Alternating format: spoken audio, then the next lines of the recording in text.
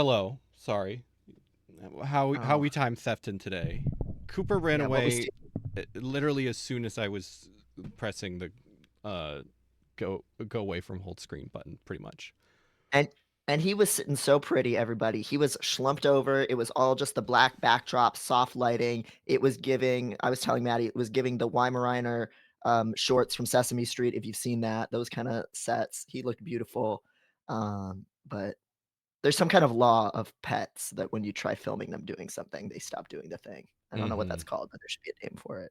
It's like the the like wave versus field thing or the pinhole camera thing. Mhm. Um Yes. anyway, how we doing? That is a Yeah. Terraria Hello song. hello, Chicago. Hey, Fluffer68. Is that Boba? I can't see. V Bunnies, Medkit, Waluigi, Lulu, Extanac, yeah. Welcome Ho everybody. Ho Hugh Ho 420. First time chat. Okay. What's up? Oh, beautiful. What's up, 420. Let's gamers? go. Thank you. Thank you, Ho. Um Sorry, your font was just a light color. I know we got to change that to Comic Sans, so it's dyslexia Make our friendly. energy even stronger. Yeah, it's so funny that Comic Sans is actually dyslexia friendly, apparently. So, anyway, that's on the list. Yeah, it's the most based font of all. um, how we doing? Everybody excited for Severance? You're watching this when you could be watching the new Severance. I really appreciate that. I'm very excited for my Polycule to get home tonight so we can watch that. Uh, yeah, that's my It's life. good. I just started season 1. Oh, did you? Oh, okay, I awesome. did. It's very It's good. very good. It is It's really good. the one thing, and this is not a spoiler. Thank you so much, Tough Toots, for subscribing and for being subscribed for five Yeah. months. That's amazing. Um, I thought you're saying Severance had a polycule, and I was instantly sold. You'd be. I mean, it's a I subtle mean reference, but get to season 2. There is a subtle reference. Anyway, um, I think it's really good. The thing about Severance is it's definitely going to be like Lost, where not that I'm saying it's not going to have a good ending, but my opinion is very much like how they end it, and because there's a lot of mystery to the show. Like what actually is going on is sort of the central plot of the show, and the characters like trying to figure that out. Blah blah blah. Hi, welcome, Condition Bleen, Martin. Yes, briefly, I couldn't not, but I, and no spoilers for Devin or anyone in the chat because you just started, um, Mhm. but it's definitely going to be like Lost, where it's like how they end it and how they actually explain all of the mystery is going to make or break the show. Like, and that's why I'm worried it's going to get too many seasons. Like, I kind of hope they end it this season. I don't think they will, but we'll see. We'll see how. There actually was a Lost reference. There are like, I don't know if you watched. I didn't actually watch Lost because I saw it from when people were talking to me about it originally that it sounded like they were never gonna have any ending to that. But there's lost numbers that are like a string of numbers that comes up in that show, and they like had locker numbers or something that was that number. So Oh, okay. Yeah, Lost for me was like, you know how people have, like, coworker shows or, like yes. it was like that was like a parent show, like Survivor, Hmm. Lost. I passively absorbed them through them being on in the house, but I never followed that shit like that. I But, I remember yeah. somebody in middle school like I remember somebody in middle school like talking to me about it when it was on, like always like, "Oh yeah, it's so crazy, you got to watch it." And I was always like, "They're not going to have an ending. They've thrown so like just from like the things that he told me, I was like, there's no way they like wrap this up in a way that makes any sense and is any good." And I know the real Lost heads say that they did wrap it up in a way that was, but I don't know. I haven't really watched it. I'm just talking about it on my ass, but it seems like they didn't know what the fuck they were doing. Yeah, it seems like they loaded a lot into there because I think there is something to be said for, like, mystery, right? Yes. Like, things can end. I just finished reading my favorite thing is Monsters Volume 2, incredible, comic, and then I got on Reddit, and a bunch of haters and fools were saying that it didn't end well, but everything that you actually need is there if you're paying attention, you know, like and, Yeah. like, there's that, and then there's I'm loading so many plot-heavy little machinations that I need to tie up. That's very different from, like, there's a light touch here, and the world is kind of mysterious. My favorite example of the like of somebody who does stuff like that well is Lynch, because I fully believe he doesn't fucking know what he's doing. Like he does thematically, and he does like, not that he doesn't know what he's doing, but like when he puts in like at the beginning of Twin Peaks, there were numbers under the and again, Twin Peaks is a little different because that wasn't just him, that was also Mark Frost and other and especially, Right. but like when they put in like letters under the name, under the nail bed of the people that died, that's episode 1. I'm not spoiling anything. They didn't fucking know what they were going to do with that, and it didn't really factor into the ending at all. But he's so good at throwing shit at the wall and then making it feel like, bringing it back in a way that feels really well to tell a story he wants to tell. Mhm. And he cares, you know, Right. he cares about what he's doing, he cares about media, he loves movies, he loves television so much, he loves all of the cultural reference points that he's making, he loves, you know, all the bands that he has on The Return and stuff like that. Yeah.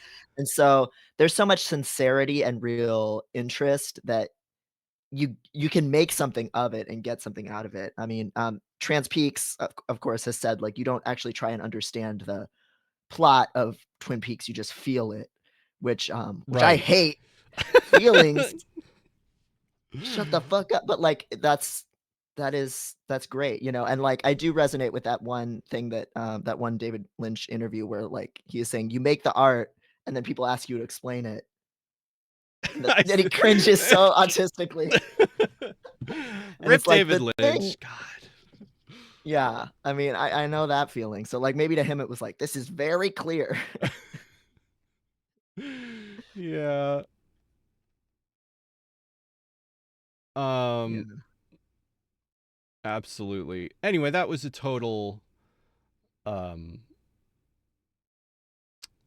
that was a total tangent. Thank you for letting me go on that tangent, everybody.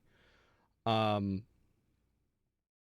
how are we doing? How's everybody doing? What time theft are we doing? Welcome Edge Peasant. Welcome Sasha. Yes. Um, Great name. Hello, Cassie. yeah, midichlorians is very much like that, where it's like you didn't need to explain the space magic in Star Yeah, Wars like that. It was in the space Space magic. Magic Show. Yes.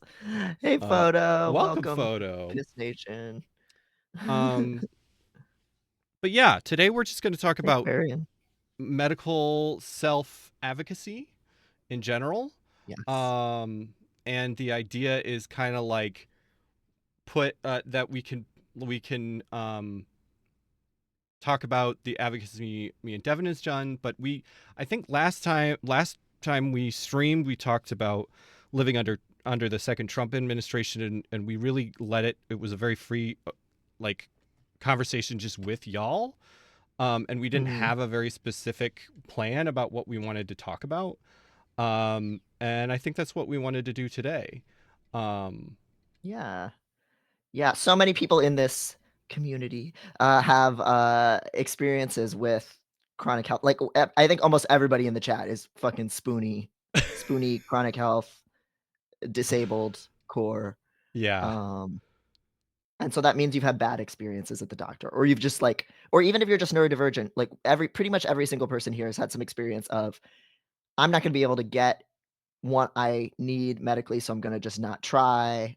How am I Yeah. gonna navigate these things? Like, have had to make the decision to walk away, and we'll maybe talk about photos article about you can leave the appointment and times Yes. we've had to make that decision. Like, it was really a lot of us, especially including you, Maddie, have been like living this stuff for like every day for like years now. Yeah. Um, Having gone through my own little mini health saga the last month, it just which I accessed like the most healthcare I ever have in this last month. Like it's crazy. Yes.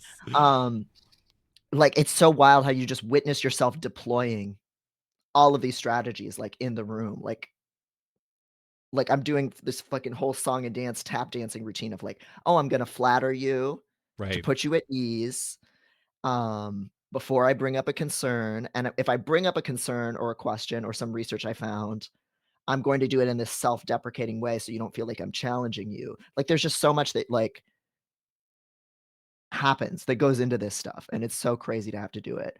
And you've said before you're really good at this stuff. And it's hard to distill because it's a lot of it comes down to just like social skills. Yeah. Right. Right.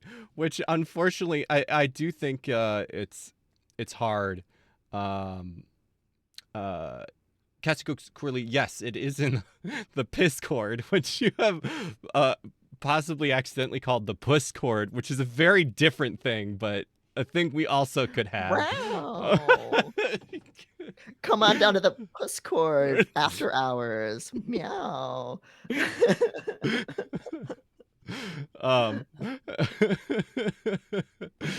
um, yes, let's actually bring that up. Um,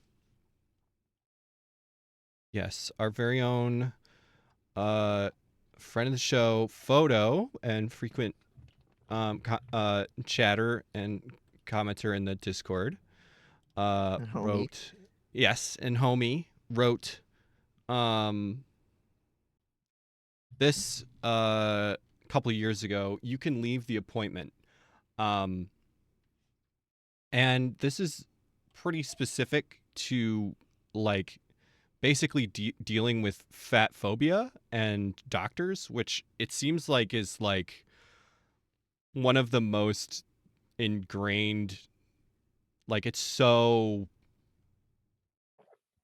like ingrained into the medical system, like Yeah. really fat phobic ideas and just straight up bad science, and not to mention like, going against their own, there's the and so Photo talks about in this article talks about like just all of the ways to deal with a adversarial, like a medical establishment that is adversarial to you. And so I was Mhm. really, even though it is about specifically fat phobia, I think it really is a good sort of starting point to start talking about like all the different I really liked that all the different like it really lays like a groundwork of like, here is how you deal with an adversarial medical establishment when doctors are being adversarial to you, because I think that's a lot what we have to talk about, because unfortunately, uh, even just being disabled in any way is like very much you are going to end up like dealing with that. And I think for a lot of us, especially people like myself who are like disabled as a result of long COVID, like that can be a new experience, even though I've dealt with that in other ways, like because of being trans and because of being disabled in other ways, like having complex trauma and having ADHD and having major depression, like, but it is still like trans people and like people that are dealing with long COVID, I think can have this like suddenly as an adult you could be facing more a lot more adversarial medical establishment than you're used to.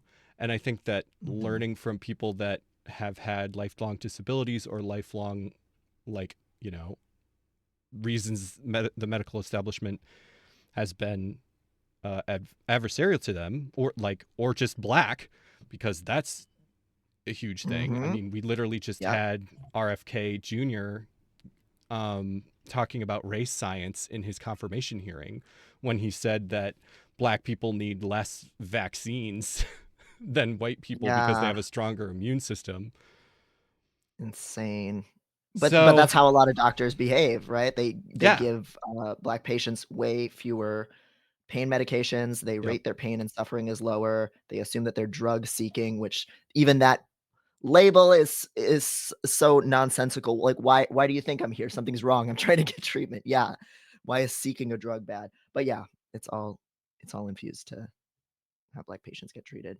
Yeah.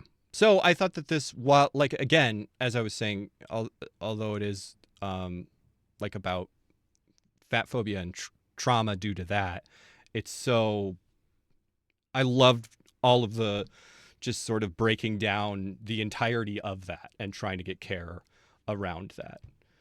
One of my partners is black, and we were talking last night about how, like, even though there are a lot of very specific ways stigma and abuse happen to different groups, there's so much similarity in how the power dynamics of oppression treat any marginalized person. Absolutely. Yeah. um yeah, and I think that that's kind of what I was thinking about going into this, is like what we talk about a lot on this show about like disability, and disability rights, and how, it's important. Like, Devin, you write a lot about like how it's important for people that are autistic to see themselves as disabled and to be part of that fight and not try to like put themselves above that fight. um Mhm. and I think that we talk a lot about like how queerness is also part of that fight. Like those are part and parcel of those fights. Like, this is what intersectionality is. It's like talking about how white supremacy and colonialism and all this shit, it's the same fight. Right. Yeah, and understanding the patterns and how it moves and how you advocate against it, and also just, like, when that's not gonna work, like, on Right. an individual level and, like, how to Right. cut your losses, which sucks. That's, I think, one of the things that was really striking to me initially in reading this piece when Photo first wrote it, was that, it kind of punctures holes in that advice that I think maybe a lot of us have seen online. I certainly saw it on Tumblr a lot that, "Oh, if your doctor refuses to run certain tests, tell them to put it in your chart, and that might make them run the test." Like, document everything, like, have them write down that uh, that against your request they didn't do this thing, and Photo kind of says straight up in this article, like, maybe that works for smaller fat people, but if you are a very large fat person, they're going to get potentially very aggressive with you, or they're going to all of the things that happen to these other marginalized groups we just mentioned, like, they're gonna think that you're hysterical, they're going to escalate against you. And sometimes, again, you have to do this really unfortunate dance of like not escalating or deciding when to just give up and leave and try and find someone else. Um, Yeah, yeah, here's the portion right there. People share stories of asking for a doctor to document refusing a requested test, for instance, and then the doctor will reconsider and order the test. When I first encountered this advice, I thought, aha, this is going to be the best thing to turn to in my self advocacy arsenal. Instead, it has revealed the lengths the medical industry goes to protect its own bigotry and oppression. They simply refuse to provide documentation. Yeah, it's like a little bit, that piece of advice is a little bit like what anime sickos call like the rules fruit, like, this is against the rules. Surely, if I use the rules, but they don't care about the rules. Like they care about oppressing people. Yeah. And so I there's a love power to knowing that. I think it was a tweet that I saw recently about the Trump administration where it's like Democrats are just going, it's in the rule, it is in the rules that a dog can't play basketball, while a dog repeatedly dunks on them over and over again in the White House. Like, Right. this again, Exactly. it's all the same fight. Um Right. Yeah. And so, I think that's a good also starting point for just talking about a lot of the stuff that we're going to talk about today, which is kind of like what strategies people have used. Like there is no individualizing your way out of these problems. Like Yeah. we use what tools we have, but it's never going to be like, oh, I made the perfect rhetorical point. That's not going to change how much these systems are stacked against you. And I think that's good for people to have perspective on because then they're not beating themselves up for like, "Oh, I didn't self-advocacy correctly." Like, no, that's why they're punishing you is because you did self-advocate. Like, Yeah. Yeah. I think that's a that decent things. one of the things I'm trying to keep track of the chat too, because you guys are going off with a lot of uh really important points, and stories. Um, uh, so I thought that I had a couple stories, that one that happened to me a little while ago and one that happened to me just like this week, because I think there's like I think that unfortunately, I don't know, this term just came into my head and I don't know if it really tracks, but medical self-advocacy is guerrilla warfare. it is not Mm, it is not direct action. Um right. it is very much using what you can get when you can get it. And this article, photos article, um, talks about when to leave the appointment, which I think is really important. But I've also been thinking about like how to self advocate without ruining a relationship with a doctor, even though that doctor can be racist and transphobic and fatphobic and all these other things. So, um, part of the reason, part of the reason that I have, so I and I've kind of told this story. I think I may have told this a very a part of this story on the stream like a couple streams ago. But um, basically, what I like I got COVID in 2022 twice, and the second time I believe I like is when I've had long COVID since then. So I it wasn't a big enough change at first that I really understood how how different my body was behaving. And so I didn't really realize it was in the fall that I got it the last, or like late fall, winter that I got it the last time. And I didn't really start to understand how serious my like ability had changed until the spring, because I have, a lot, because I have seasonal affective disorder. And so I was like, yeah, I feel like shit and can't do anything over the winter. That's normal. So in the spring, I started to realize like, oh, even if I'm motivated and feeling up to it emotionally, I still was not able to do the things that I felt like I could do before physically. I couldn't do the same things anymore. And so I started talking to my doctor about like basically being disabled. Like and I didn't really know what was going on. But you know, my immediate thought was COVID, like long COVID, because I was aware of everything that happened. And she, when I talked to her about that, she was so like animated against it that she literally like walked out of the room. I've seen this doctor for 10 years and she's been really really great about a lot of things.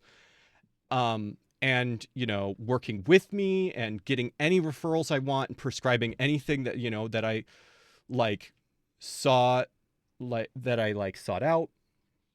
And one thing that she's always been really good about is she will stay there and be like, do you have any other questions, and not leave until she feels like, like the person in the office, like the patient, like has said, asked all the questions they have. And she's always like out like a long time late for appointments, because I know she's doing that with all the patients before me.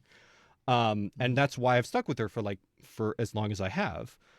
Um, so it was shocking when she literally like left the room when I brought this up. And I think it was because she was very much, you know, trying to think like the CDC was saying at the time that COVID was over and you couldn't get COVID. She also didn't mask, um, uh, and all of this different stuff. Um, and I knew that that was such a bad response, but I was willing to, I didn't know it was COVID. It didn't seem like it happened right after I got COVID that things started getting worse, even though in hindsight it did. It was, but so I spent basically another 2 years, 1.5 years, like trying all the other things. I did find a lot of other things that did help, but didn't help enough, and to the point where, as you guys know, like basically I pushed myself too hard in the summer of this past year, and it put back my health to the point where I like am housebound at this point.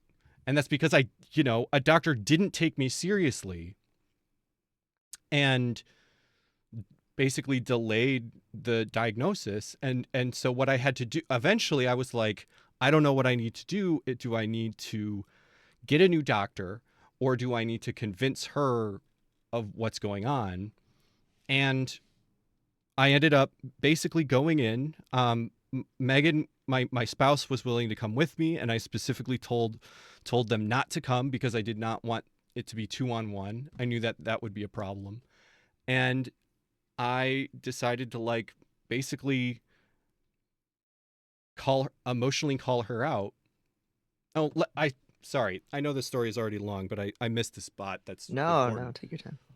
Um, basically, and she kept coming up with reasons, and because at first the things that she wanted to check were good, like I had low B12. We looked into um, I did a sleep study. It turned out I had sleep apnea, and I started a CPAP, and like so there were things that I was finding that were like, oh, this is what was going on, and then I did those things, and it still wasn't getting better, and she was fine. Like so, she was doing what she was supposed to be doing, except she like was ignoring the elephant in the room about long COVID, and so eventually it got to the point where I actually came in for something else. I didn't have anything that she wanted that I wanted to talk to her about with the disability because there wasn't any new ideas I had. And she came in, and clearly she had just looked at my file right before I walked in. And she said, basically, what she said to me was, "You've gained a lot of weight," which I had. I'm like, I'm over 300 pounds now, which I feels like one of those, I don't know, like fat phobia doctor trigger moments. And so she said, because you've gained a lot of weight, I think that you're she really hit me with what really was the fucking it was the what are the trans broken arm syndrome and the diagnosis fat. It was like a combination Right. of those two things where she basically said, you've gained weight. I think that is changing the way you're metabolizing estrogen, and you're basically your body is taking the estrogen a lot more, like metabolizing more of it. And so your estrogen is so high and your T is so low, that like basically this is low T, which didn't make any sense because I have been on uh I had been on spironolactone for most of my transition, except I had stopped it with her, she with her like Mhm. 3 or 4 years ago. So I had the most tea. I have now have more tea than I have had since I started my transition. And so it didn't make any sense. So I was like, okay. So I didn't think that made any sense, but I was like, okay. So if that's what's happening, what do you recommend? And she said, well, just go down on your estrogen. And I was like, until when? And she said, she said, until you feel better. And I wish I had thought of in the moment what that means is if she's wrong, I would just go off estrogen completely, I guess. Right. Yeah. What's the limit here? Um, so yeah, and again, remember, this is a doctor I really respect in a lot of ways. I think fat phobia is a huge blind spot for her. She's very thin.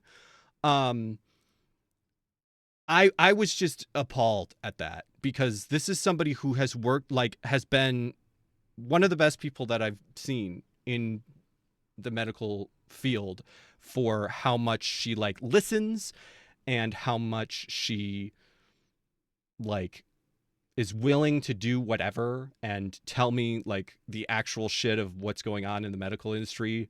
Um, and yet this is what she brought me. So I had a choice to make. I was like, I can either find a new doctor and start from scratch and I will have no idea if they will be better or worse. Or I can basically confront her. And I chose to confront her. And I basically I was really upset about my disability. And so I brought that to the table. I cried in front of her and I was like, I went light on calling her out about that, even though I really wanted to really just call, because actually right after that I had an endocrinologist appointment. I happened to have an endocrinologist appointment like a week later where I was able to be like, hey, this is what my doctor said. What do you think about that? And the endocrinologist, this was actually a first appointment with the endocrinologist. She basically laughed in my face about it. Not literally, but she was like, this doesn't make any sense. Um and so I was able to come back to her and honestly, I didn't push her that much on that because I wanted to still work with her because we need to have fucking allies in the medical institution and you have to take those where you can get them. And I'm not saying that this is the right decision and somebody else in my position shouldn't have done something else, shouldn't have gotten her fired. But the endocrinologist left in not literally, she didn't literally, but she was close. That was definitely her reaction At what to the it PCP said. at what the Like she PCP had like your said. endo Yes. considered your main doctor's claims laughable, Right. which was Exactly. validating. Thank you. Yeah. Um, and so I brought it to her. I was like, I told her I was really upset by what she had said last time. I told her the endocrinologist had said that that didn't make any sense. And I was basically like, I don't think you are right about long COVID. And I think that you're, I don't, I wish I remember more about really what I said, but it was basically like, I think you're wrong. And I think I have long COVID. And I was also able to say at this point, I knew that I probably had POTS and I was able to show show symptoms about that. Um, and I probably had chronic fatigue syndrome. So I was basically able to give her another option of look at all these symptoms, these specific symptoms that I'm having that line up with these things. And she even still after that was like, well, maybe because what she had told me originally when I brought it up was I can't believe I almost forgot to say this. When I originally brought it up, she said that no one after 2020 uh, has gotten long COVID. That basically That's so it's insane. so nuts. And she was basically like the only people I haven't she was like the only people I've seen that have long COVID got COVID in 2020. Um and which is absolutely wild, but it was what the CDC was saying. I mean, they didn't literally say that, but they were like, if you get your vaccines, you have a lower chance of long COVID, which is true, but it masks the thing that the fact that it's like crazy amounts of people are still getting long COVID. And it was an Right, excuse. To me, it really seemed like she couldn't believe that long COVID was still a thing and people are still getting and being disabled by, because she didn't want to believe she could get it. She didn't want to believe her right, patients could just suddenly become extremely disabled. And so even when she did agree with me, yes, this does actually look like long COVID, she was like, well, maybe you got COVID in 2020 and didn't know, which sure is possible. It was, you can get asymptomatic COVID. And that's why I'm having long COVID symptoms after a COVID infection, because it was like, oh, I actually got COVID originally in 2020. So, that's so nuts. Even though, like, we know that it stacks. The right, more cases you get, even if, yes, it is less severe when you're vaccinated, that still doesn't take into account every other pre-existing condition a person has, and right. that it fucking stacks. It's outrageous. So that was kind of how she resolved the cognitive dissonance Yeah, ultimately? right. She wasn't able to change her mind on this thing. That is like so ridiculous. But she was able to like, yeah, solve that cognitive dissonance. Like, well, maybe you got it and you didn't know what it was, and then when you were reinfected, it showed up, and now you have long COVID. Yeah, rather But than conceive that she might be wrong. right, but the whole reason I'm bringing this up is the problem is she's been fucking great. Now that she understands I have POTS, she unfortunately still is like, I don't know if she believes that I have chronic fatigue syndrome. She hasn't like diagnosed me with it, but she has been great. She like knows, she tells me things that she knows about POTS. She has been, anytime I have wanted a referral, anytime I've wanted any kind of medication, she is there for me. She's like, you know, she works really hard. She, as soon as she like understood how disabled I had become, she was like, let's do an appointment every month. And she's extremely busy. She's like the top doctor and this is like like a clinic that will do, like, it's a small nonprofit clinic that will do like free, pay what you can medical care. So it's just like, the moral of the story is like, as disgusting as that was in so many ways, and how fat phobic it was. Like, that's the thing that Mhm. I just kind of have to deal with now, is like, I know how fat phobic she is, and that could show its face again. But I need to get care. And in order for me to Yeah, get care, I have to have a PCP that is willing to give me referrals, because with my insurance, I need referrals to get care. And she is great about that. She's always like, she will give me a referral for literally anything I want, because that's like a thing that she believes that doctors should do, which is great. And so now I'm in this position where she is a great doctor. She's really been helping. And there's so many things that I have found that are helping that she has gotten me to. But it is like, I had to kind of be tactical about that situation. And that's fucking disgusting. But yeah, that's how it is.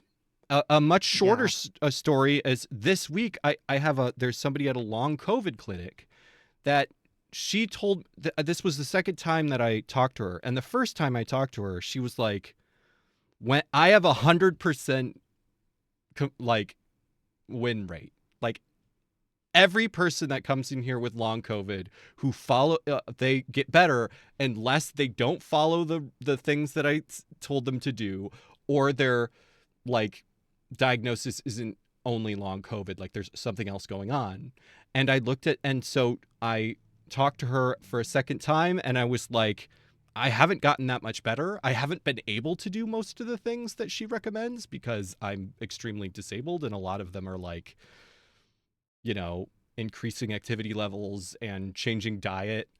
Um, And so she put in the notes, like one of the things that she put in the notes was that, we have to be aware of the consideration that this may be um, not all be long COVID, and there could be psychological and social factors. She literally said in her fucking notes, this might not only be long Ugh. COVID, it could be fucking in my head.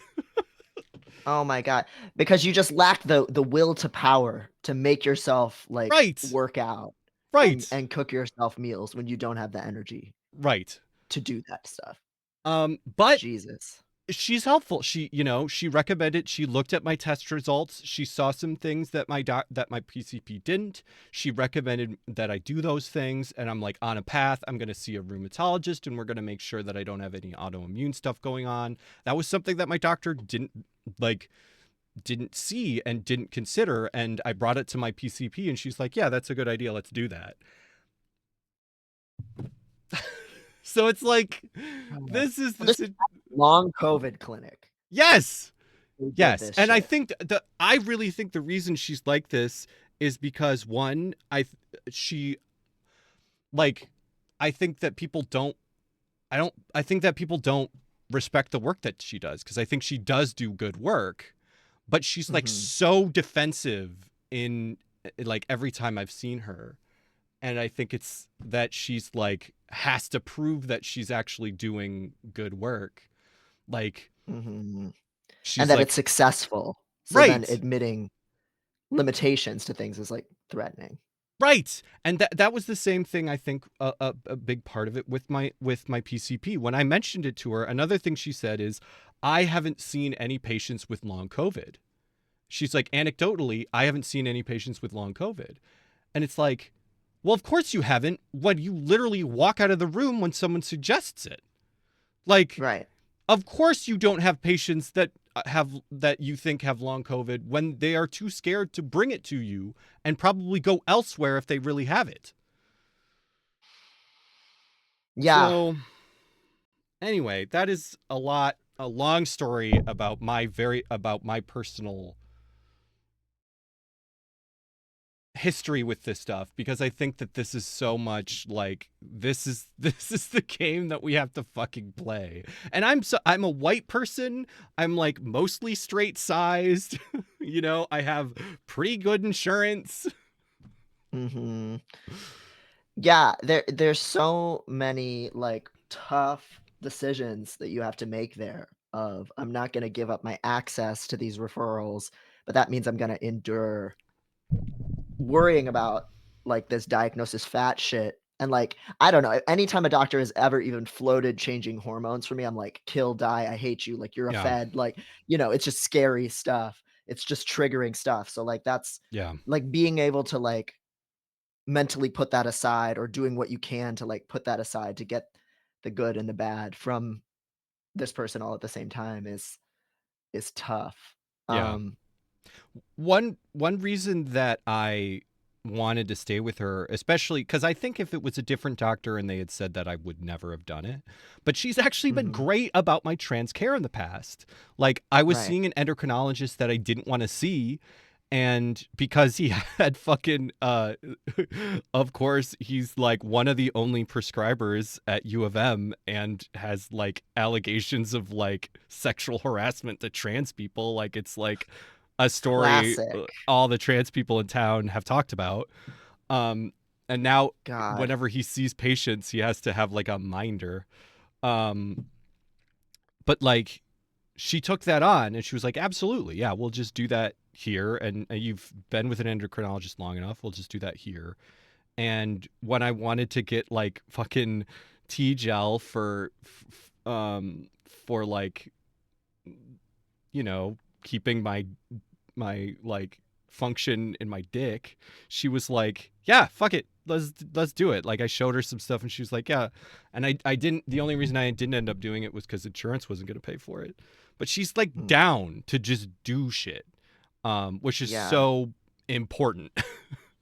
Right, and it sounds like in that case, it was like this collaborative approach to care where you Yes. could bring ideas and she could say, "Okay, sure, I don't like, I'm gonna give you some fucking autonomy here." Um Right. And it does seem like in this, like, navigating things, because obviously you and I have talked about this whole saga as it's unfolded over the course of the last couple years. Like, Yeah. one thing that has helped you and that I think is a tactic a lot of people end up using is if you have other providers who can back you up Yeah. on certain things, that works a lot better sometimes than just yourself doubting something, or even just rhetorically, because then you can offload it to like, well, I don't know, this person said I should go see a rheumatologist or whatever, Right. or this person thinks I should check out this long COVID clinic. That makes it sometimes easier to make the ask and makes living with a really flawed doctor a little bit more possible. Right, because I still unfortunately think she's one of the better doctors I've seen. Yeah. Like, despite this. And that reminds me of like when I was trying to decide if I wanted to go on trazodone, which is a sleep medication. It's usually given for depression, but you take it overnight because it also makes you go the fuck to sleep. So it can be like an antidepressant and a sleep medication. So for that particular medication, I had um I have a psychiatrist who um uh yeah. Sorry. A bunch of people are like fuck trazodone. Yeah, that's why I was worried about it. um so I was like trying to decide if it was a good idea for me to go on this, and I had my psychiatrist who was a prescriber. I had my PCP who also historically had been my prescriber for a lot of my psychiatric medications before I got a psychiatrist, and still was prescribing a bunch of my medications. At the time, I actually had a sleep therapist who was not a doctor, but obviously, like, was very involved in the care of people that needed sleep medications. And I had a sleep doctor that I had gotten my like CPAP machine from, who I didn't actually ask about this, but that was another person I could have asked about this. And so I asked all three of those people, what do you think about trazodone and me going up on it? And they all had slightly different thoughts about it. Um and that was really helped me make up my mind about whether I was going to go on it. And I did go on it, and it has helped a ton. For me personally, for now, it's been really really good and really important to my like health, because I can actually fucking sleep through the night. Um Mhm. and so that is obviously an extremely privileged position to be in. And the reason I was in that part of the reason, because I had the insurance to do it, and I had the money to pay copays, but also like I had made an appointment for a sleep therapist like 6 months before, and I just happened to be seeing the sleep therapist like when I was trying to decide on this. And Mm. so it's like, I think like that has really been the moral of the story with this stuff, is finding different doctors and finding what you can trust them with, and Yeah. unfortunately not burning bridges like Yeah. when when you can, and like, which doesn't mean you can't, you shouldn't leave a doctor when they're a piece of shit. That's incredibly important. That's the reason I have the PCP I have, is because I had a different PCP that didn't fucking listen to me, and I went somewhere else. So Yeah. Yeah, it and, we kinda talked about this a long time ago back in our Finding a Therapist stream, this idea of, like, needing to detach from the idea of them as an authority. They wield a huge yes. amount of authority over our lives, over our access to medications, over all of these things, but we can mentally detach from that. Doesn't actually mean they know what they're talking about. If they disapprove of something I'm doing, that doesn't necessarily mean I'm being bad or not taking my health seriously, Yeah. and, crucially, they don't know about everything. They are really just tools that you can use to access certain kinds of care, certain kinds of insight, but very few doctors will just say, "I don't know about that." So when Yeah. they're asked a question that's outside of their realm of expertise, they'll usually look something up or waffle an answer around it or they'll lash out because they feel threatened, even Yeah. not even necessarily by anything you did, but just by these gaps in their knowledge, and then they'll pull the, the fat phobia card or whatever. Um, I've been really lucky with my orthopedic team that I've been seeing for my hand situation that like the whole time through they've said, "We don't know what the fuck's going on. I'm gonna ask this other person." Yeah. Like, That's extremely rare in my opinion. I've never had that. yeah, no, shout out to George Wolf and Ricky Hansen at U Chicago. Like all the way through, everybody has had a different opinion about this fucking hand thing.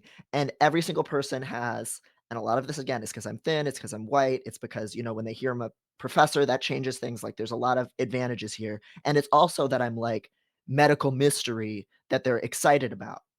So they treat you different than if it's something that they're just using their like rote scripts and they're not thinking about because they think they've seen this a million times before. So here's their stock line and fuck you. Yeah. But like my orthopedist, they've given me all these tests, and there were times where he straight up said, "Okay, we tested you for all this autoimmune stuff, and some of them were flagged in our system. But honestly, I don't know that much about this stuff." So I asked my wife, who does work in Yeah, that shit infectious was disease, crazy. and and she said actually the cutoffs that they normally use for these rheumatoid factors, or actually it wasn't rheumatoid factors, it was like ANA tests. People in the chat, I had a speckled ANA, if you know anything about what that means. But a lot of the cutoffs that they use can be really low and doesn't necessarily mean it's a specific autoimmune condition, especially if you're having a lot of immune activation, which I was having. Right. I also got a false positive syphilis test for the same reason. Like, because it turns out that you're, and this stuff gets reported to the government. When you test positive for syphilis, it gets reported to the fucking CDC. But the That's first crazy. but there's a whole decision tree they have to do for syphilis tests. Elon I just Musk learned it. knows that thinks you Knows have that he syphilis now. knows he He's knows that I am the moment that that I got this swag. But the way that the first line of syphilis test works is it's just basically testing for a lot of immune system activation. So if you're sick with something else, if you have an infected hand that's swollen up, it says you have syphilis. So then yeah. they have to give you another round of tests. But this flashed me back to when I got a completely nonsensical positive gonorrhea test like earlier this year. That was just like I hadn't been having anal sex. It did not make sense that I had gonorrhea there. It made me just go, oh wait a second, Howard Brown Clinic just did the most basic probably type of test, and I probably had some other Right. immune system activation, and they just told me I had gonorrhea, and then they gave me an insane amount of antibiotics for nothing. Which is Cool. also worrying.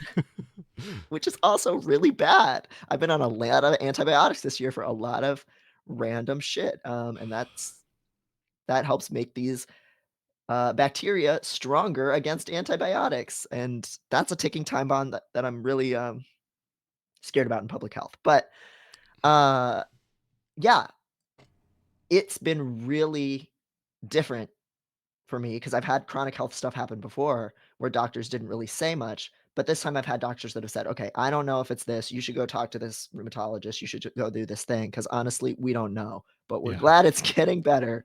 Cool. Um, and doctors have openly disagreed with each other and like fought it out about my case. Like they tried to send me to get my hand just cut open emergency room style a couple weeks ago. And then the doctors in the emergency room looked at the MRIs and they were like, no, we don't think you need to do that. And they like had to fight. Um, and Yeah. that's actually how it should kind of be, right? Like it sucks not having answers, but doctors being able to say, I don't know, or I Yeah. disagree, that this isn't easily knowable, that's something they should be able to do. And a lot of times they won't. Yeah.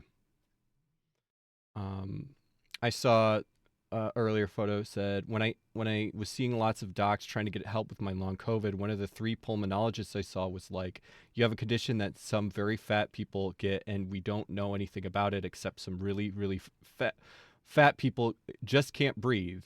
You have to work out and lose weight." I was like, "I'm so fatigued and in pain, and cooking dinner or bringing in groceries from the car wipes me out completely." And he's like, "Activities of daily living don't count." Yeah. Anyway, the medical establishment literally has multiple diagnoses of fatness. Yeah. Yep. Yep. It's Yep. it's totally insane Yeah, that they have oh, how sorry, go yeah, I mean just what you go into in this article speaks to that a lot too of just like people um literally like going against the policies of the medical institution they're part of to try and get you to do a weigh in or things like that. And yeah, it's so deeply ingrained and it's all bad science, but Yeah. Yeah, well, there's this, like, dehumanization window that opens, and I hope it happens if right, you're trans sometimes too. I have not actually had this experience of being treated as, like, a medical curiosity just by virtue of being trans. I don't know if you have, but I've definitely had friends talk about just all of a sudden doctors are asking you all these questions about what you've done and not done, what your right. situation is when it's not even relevant, purely because they're, like, just curious Yeah, about that shit. I had one time I had a nurse practitioner who I went to like who was at a PCP ask me stuff and she was like, "Yeah, my this was in like and partly this was because it was in like 2012." she was Mhm. like she was like, "Yeah, my niece is trans. What do I do about that?" and I was like, Uh-huh. here I mean that's a little bit different, but yeah, I have heard those stories. I've mostly been free of them, but like that they haven't really happened to me. Uh, but like trans people get refused care, and like especially in the South at Mhm. like religious hospitals, they'll be like, "Yeah, we just aren't going to care for you because we don't know." Just like the fatness Yeah. thing. Oh, no, it happens here. Swedish Covenant used to be horrible, and Yeah. then enough people complained about it here in Chicago that now they're, like, supposedly great. I have some trans friends who go there who say that, like, "Oh, everybody had to go to some kinda seminar, and they're all really scared." So now they're nice to you. But But now it's I mean, like I heard they're firing and killing everybody that did those the like DEI shit, which is right, so not like most of the time so little and nothing, and yet it's still like even those things that were so barely helping are not going to be here. right. Yep. Yeah, and it's gonna affect medical research. Like, it seems like a lot of researchers are being non-compliant with the directives from the federal government, which is great because they would be literally impossible Yeah, to follow anyway. Like, no published research where you say pregnant person, like, what are you fucking talking about? yeah. Um, and just things like that. Um, I've been refused care for but having yeah, there's this sensory window of issues many times. Lulu thinks, yeah. mm, yeah, yeah, if you don't put your body where they want it to be and, offer yourself up as a subject to be poked and prodded at. My roommate did have that recently happen and was like, "Oh my god, how did you look before? Can I see a childhood pic?" When she refused Oh 5 my minutes later, the god. doc asked if she could take off her mask so she knows if she has a stroke. Fucking weirdo. Oh my god. One time, okay, the one story I have like that is I was at an ear, nose, throat doctor. She was great. It's funny because I did see this was like in 2000 or around or shortly after the 2016 election or before, and I saw that she had a Hillary sticker on like her laptop Okay. or something, and I was like, all right, I That is that see. good? Literally I was like, okay, I see the kind of person this is. Right. and and it was like it was a great appointment. She, she was great. And then she actually filed she like I went out to check out and she was like, "Oh, yeah, I was going to give you this thing." Um and I forgot. So she like came out from the like, you know, from like the doctor's office in like up to the receptionist, and she like gendered me with a male pronoun to the receptionist, and I was just like, fucking figures, whatever.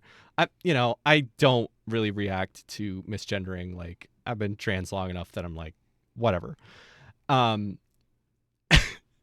and so I get a call the next day. It was like okay, so it was like at 3 p.m.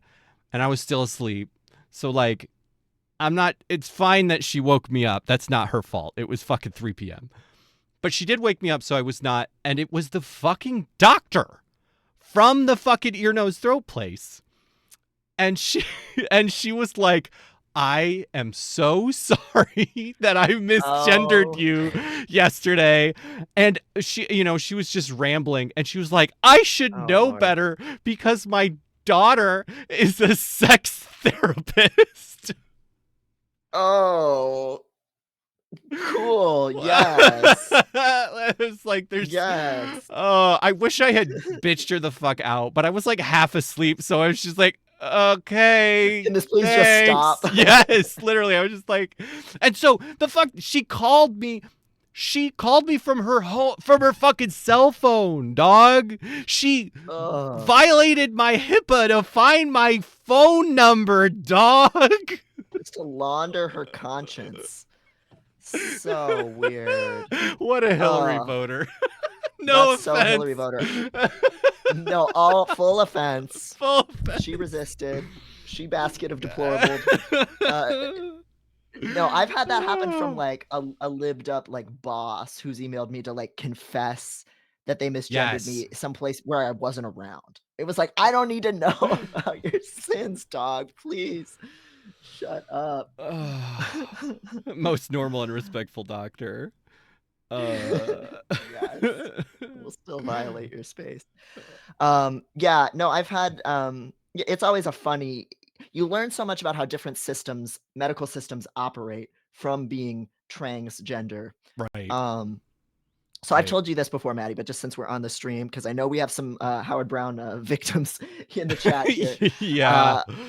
Uh, we have a friend who works in Howard Brown's system that used to handle ethical complaints and now is a NP at that clinic. And normally, when I've gone in there, like a lot of queer clinics, it's very rushed, it's very messy, and some of that is systemic, right? There's a lot of people trying to access care, and I get it. I have a lot more systemic like sympathy for a lot of providers than maybe they deserve, right? But like, okay, whatever. People are cutting corners, people are missing things. I get it. Right. But nobody's ever explained to me why like they'll say that they're going to correct my gender in the system, and like when they're doing the paperwork every year they ask me what my legal gender is and I tell them what it is, which is male, but they actually don't mean legal gender. I think they mean They mean something else. AFAT or a gab. Yeah, they mean maybe, but they also mean what gender is on your insurance, which people don't always know that that's there. And I've just never changed the gender on my insurance because I've heard so many horror stories about people not getting any kind of like gynecological care covered if it says male in your insurance. Um, and so this person who works for Howard Brown, the one time that I had an appointment, I was going in there for an STI screening, and it was just like jump scare. Someone you know personally is doing your STI screening, and they were very nice. They were like, "Would you rather someone else do this?" And I was like, "No, like we can actually talk. This is great." Yeah. Um, and they unpacked it for me. They explained a lot of things to me that nobody ever had, and they said it's because of the insurance thing. We have to default to what the insurance says. So no matter what you change in our system, no matter what you say in our documents, we default to what the insurance says. And so this is the reason why for like 5 years or what however long, I guess longer now, 7 years, they've been applying the female cutoffs to my blood tests, Yep. even though the male cutoffs would make sense. That is what they would typically do. That's like what's kind of considered recommended. And so I just get flagged as like having like an insane amount of blood every time. And it's just like these little things and how things like interface. And of course they're interfacing with like Quest diagnostics. Fuck you, Quest. They're the shittiest systems ever. Um, and that affects the quality of care you get and even what your test results say and how Yeah. people interpret it, which can like affect everything. Um So yeah, and then we talked about that and I realized that I thought that my T was um I I thought it was like really low. Yeah, that's right. I thought it was really low. yeah, And then I was like, "Oh, wait, even though this test literally says that it said for women and peds, like women and children, it like actually was a male like giving me the male bounds of like right. even though it literally said for females." Yeah, which is a whole other level of fucked that they just, like, Right. I don't e it's like rainbow washing or something. They're like, "You're you're female, but we're You're applying valid. you're valid." Like, you got your special good girl, male blood cutoffs, like, that we're not gonna even tell you that that's what they are. Yeah. Like, so nuts. Um,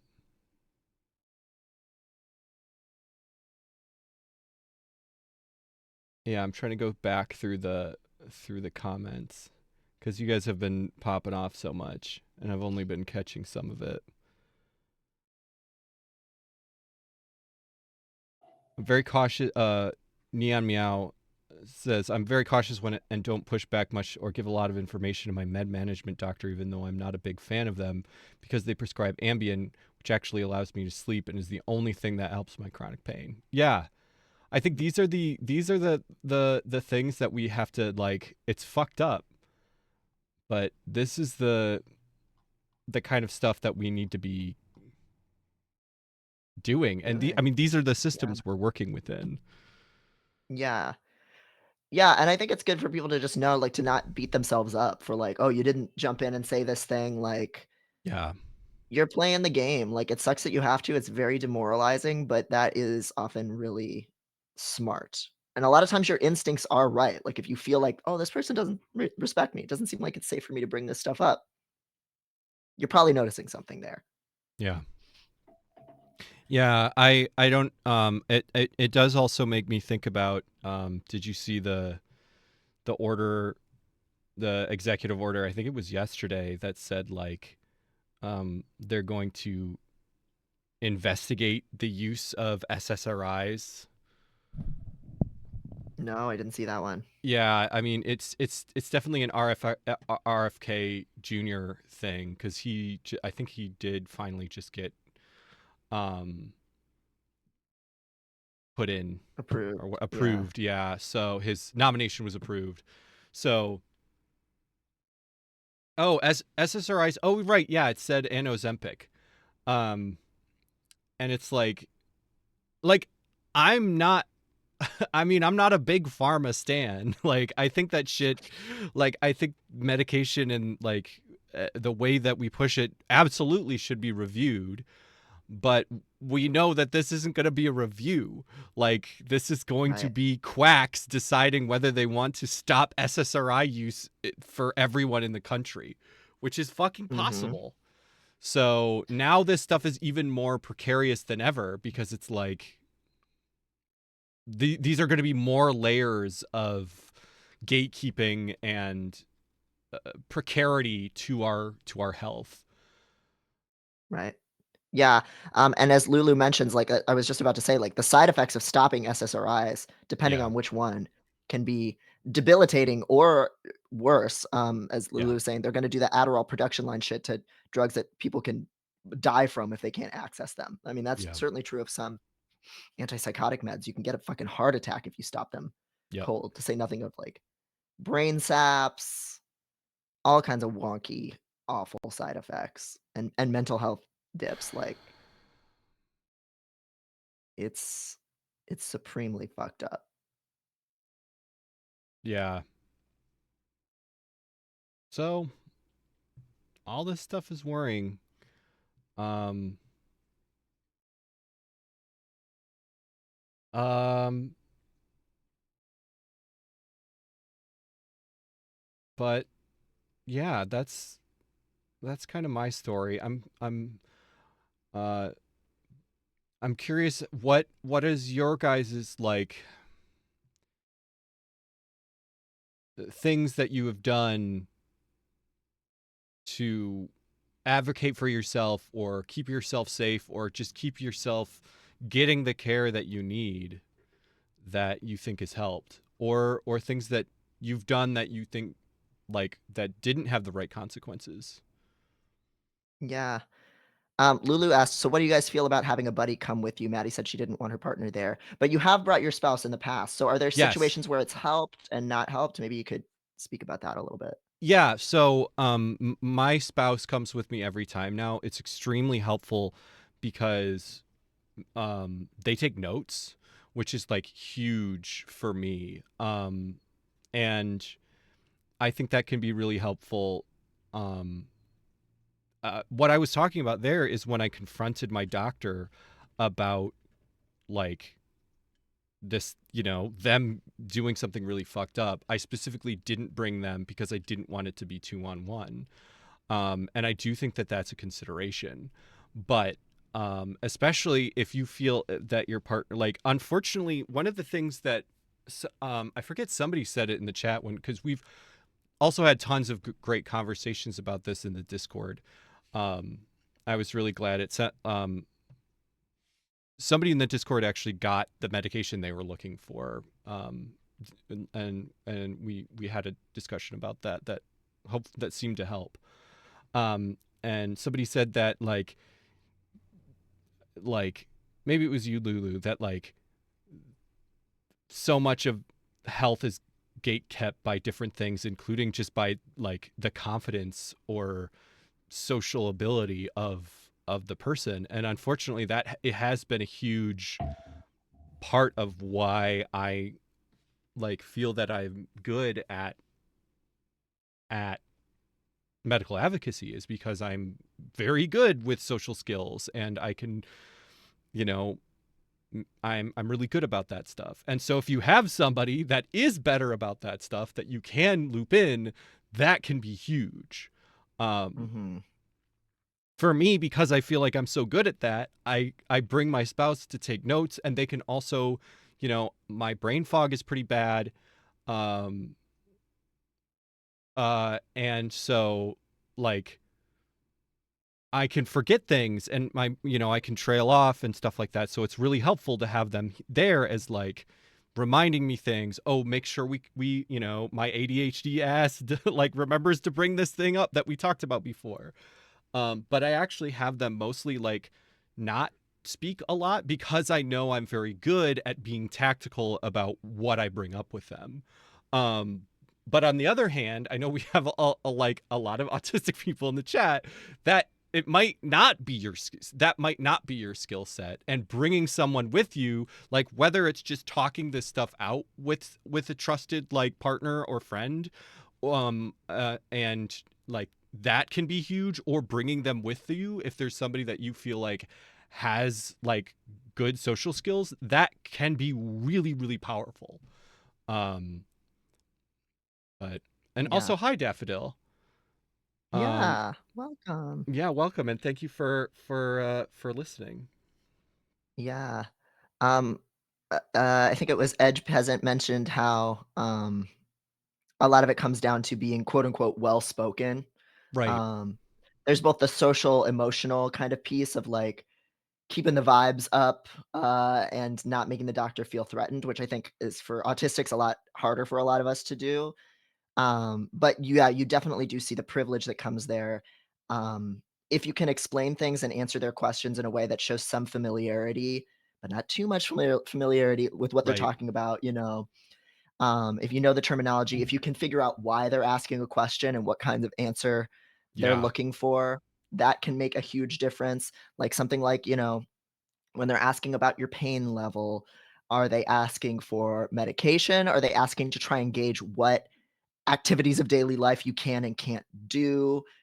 Like I know a lot of us really struggle with answering the pain question because we either tune out pain because our bodies are always suffering and we're dissociated, or it's just so subjective that it's hard to answer. So Yeah. sometimes just saying things like, I can't sleep, I can't eat, that will signal to them the severity that matters more than the number, even though they'll probably still make you put down a number because the fucking bureaucratic system in the computer requires a number.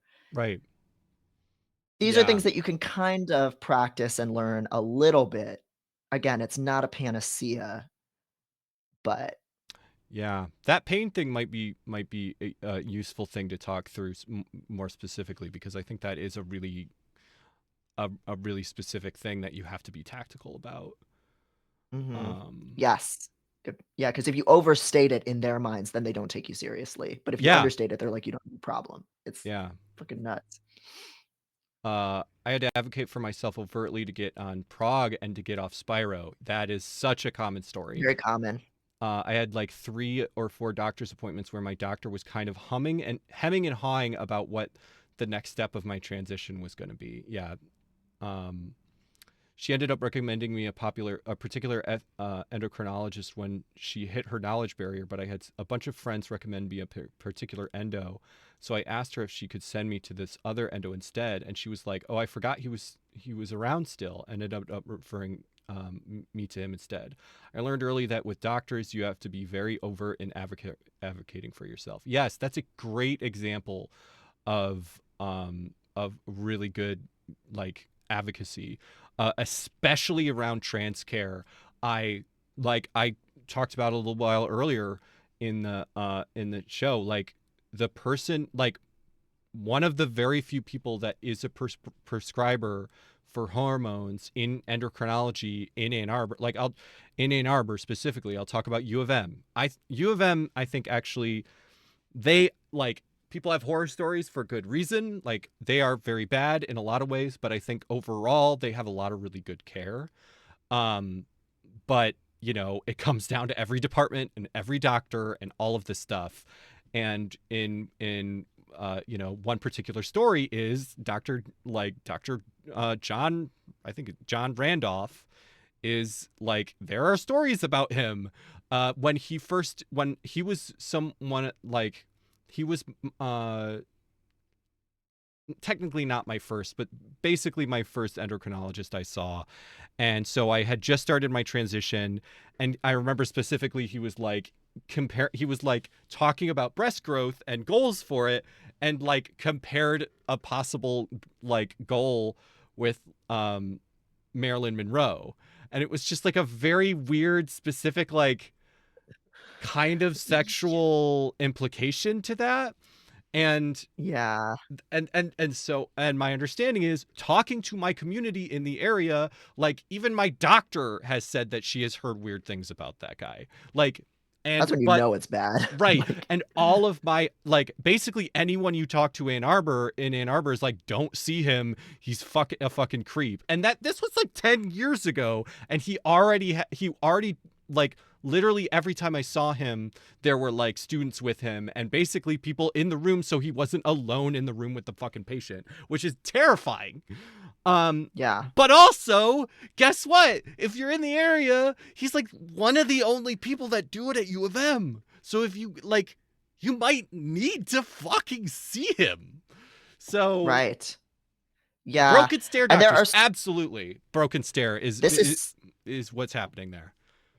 it's such a big thing in trans healthcare. I've heard a lot of people talk about specifically surgeons who have Yeah, a God complex related to it and who sexually harass their patients.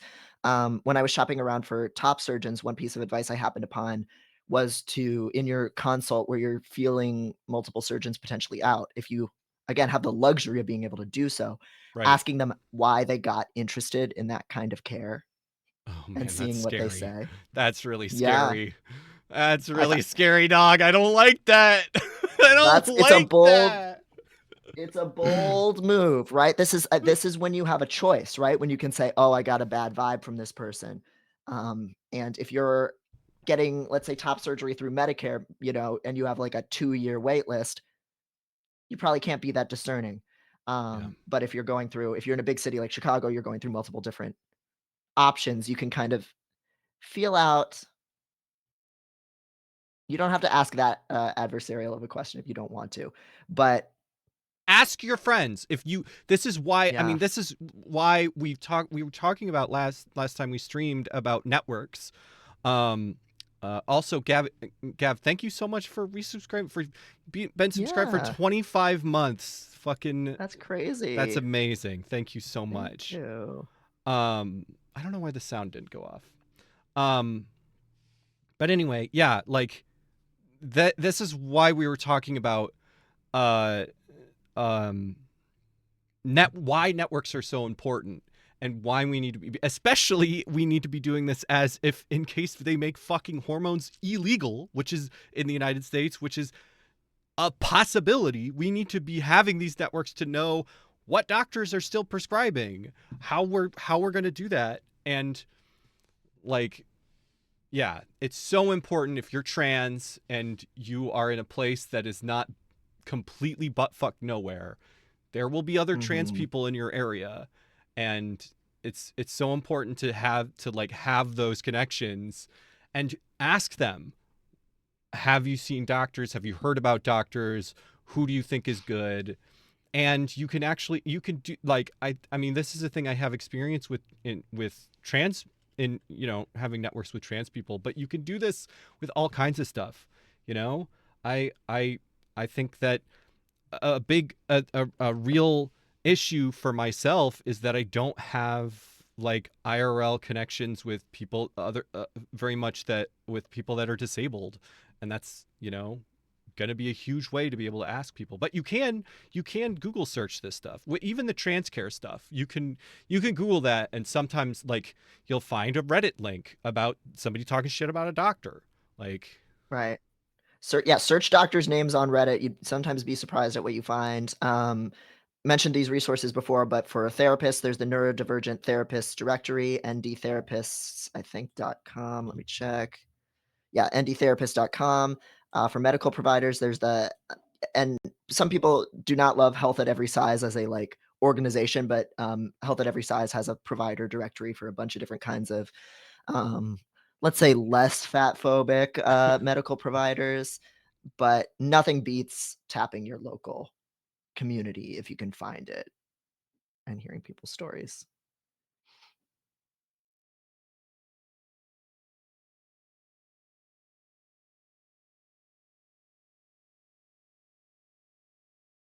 Oh, Maddie, maybe you can talk a little bit about, because you gave me some useful advice when I was getting the runaround on just trying to find like a quick appointment when you have these long ass wait lists of like Yes. 6 to 9 months, because there's a lot that you do on that Basically, front in yeah, managing your basically, care. especially when I needed, like, when I thought that that I had a sleep disorder rather than long COVID, and I was trying to get like sleep disorder stuff.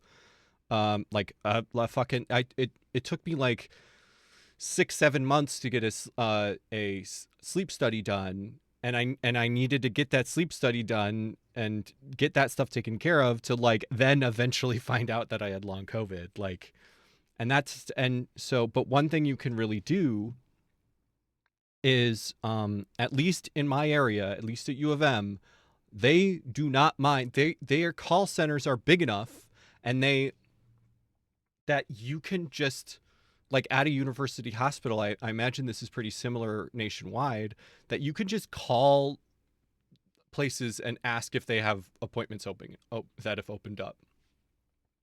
Always, when you make appointments and they are for specialists that are really far out, ask to get put on a cancellation list, where they'll call you if there's a cancellation that comes up. They seem to usually have these. It seems completely random whether these actually work.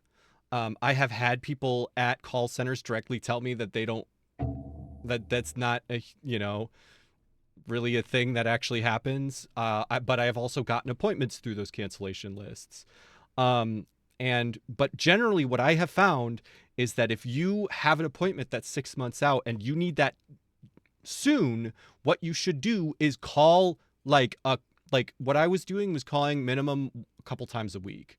Like, when I had a bunch of appointments that were all 6 months out, and I had a bunch of different things I was trying to get done, and they were all really far out. What I was doing is I was calling a doctor's office, at least one doctor's office every day, and just being like, "Hey, do you have any cancellations?" Because what could happen is there could be cancellations that open up, like, right as you're calling and then close immediately. So they could just look and see if there's something open at that moment. Um, Call the office, you say? Maybe it's not that important. I'm sorry, but you have to learn how to make phone calls. That is so important, and it's It probably helps a it lot. helps so much. And unfortunately, that is a skill that I have, that I've always been really good at making phone calls. But, like, if you send something, it's you are a message on a little thing that nobody gives a shit about. Sometimes that's not true, but I have found calling to be really effective. And call and be nice to the fucking person. I mean, I think you should do that as a moral thing. Like, I think that call center employees are shit on so much that you should, even if it's a company that's being a piece of shit and giving you the runaround, it's not the fucking call center employee's fault. And my, Mhm. just like they are not trying to do that. Like that is not their Right. fault. They want to generally they want to do what they can for you, and they are limited. Even if they work for fucking Comcast or whatever the fuck.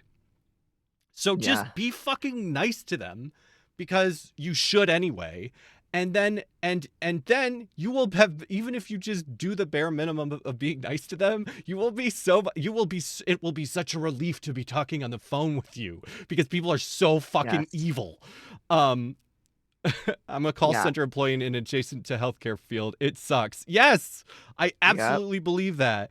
And it's like I understand Yeah. why people are treated like shit by Mhm. the healthcare company, and so you call them and you get somebody on the phone and you let them know how you're feeling, and it's like it's not their fault. Yeah. It's really not their fault. Amoral Unicorn said, "It's like talking to a hostage." Yeah, and Yeah, that's the tactic, right? Because they throw these overworked people at you as like this barrier of defense, hoping that your empathy will keep you from bothering them, quote unquote. right. But if you're nice to them and you can always express because a lot of times like the decision trees in these things are nonsensical. Like one person will transfer you to another department and back and Yep. forth and like you're stuck. You can like express frustration, just not blaming the person. You can just be like, try and if that's what's happening, just, like, name that that's happening, like, "Well, somebody just sent me over here, like, I don't know what to do. Can you help me?" Like, just, like, name the situation, Yeah. not the person, and make it collaborative. Like, "Okay, what can we do about this? Thank you for your help." That kinda stuff can really go a long way. Yeah. And generally you know that if somebody is going to go above and beyond, because above and beyond doesn't necessarily have to be that hard. It could be them looking something up that is slightly outside of what what the decision tree is. Like I often get upset during phone calls, especially last year or two, as I sorted out my name and gender marker changes. I get pissed off, but I almost always return to listen. I'm sorry, I'm upset. I know it's not your problem. I'm just so frustrated. Yeah, I mean, that's fucking real. Like, Yeah. that's fucking real. Like, this shit is fucked, and that is the person that is telling you that. Like, Mhm. "I know you're not causing the problem," etcetera. Yeah, that kinda language yeah, can help. yeah. Especially because it does make sense if people can't, like, you know, if you are being treated shittily by a company and you can't separate that in your tone, in your, like, how you are feeling, like, that can be a really helpful thing to just tell them, I'm sorry. Like, Mhm.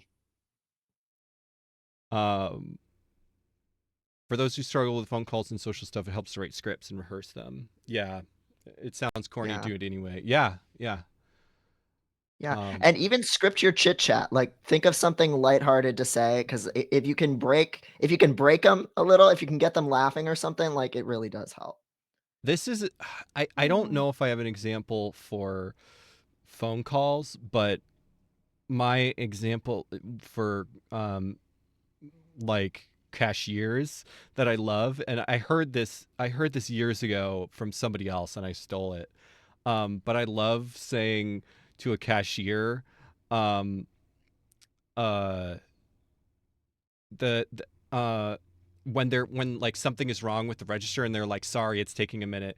Like they call it a POS for a reason. Like, you know, Oh. a point of sale system or a Hey. piece of shit. Yeah. Yes. Because that is so, I love that joke because it is just like a joke that I say all the time. First of all, surprisingly, most people haven't heard it, so that's always good because if you do Mhm. not want to never say to a cashier, "Oh, it didn't have a price on it. I guess it's free." Yeah, they're gonna kill die, you. kill, They're yeah. gonna kill you because they've heard They're that so sick so of that, yeah. much. And it's like, but what I love, and the difference between those two things is, first of all, like POS, like that joke is, I feel cashiers usually haven't heard that. But also, it is, you are making it not their fault.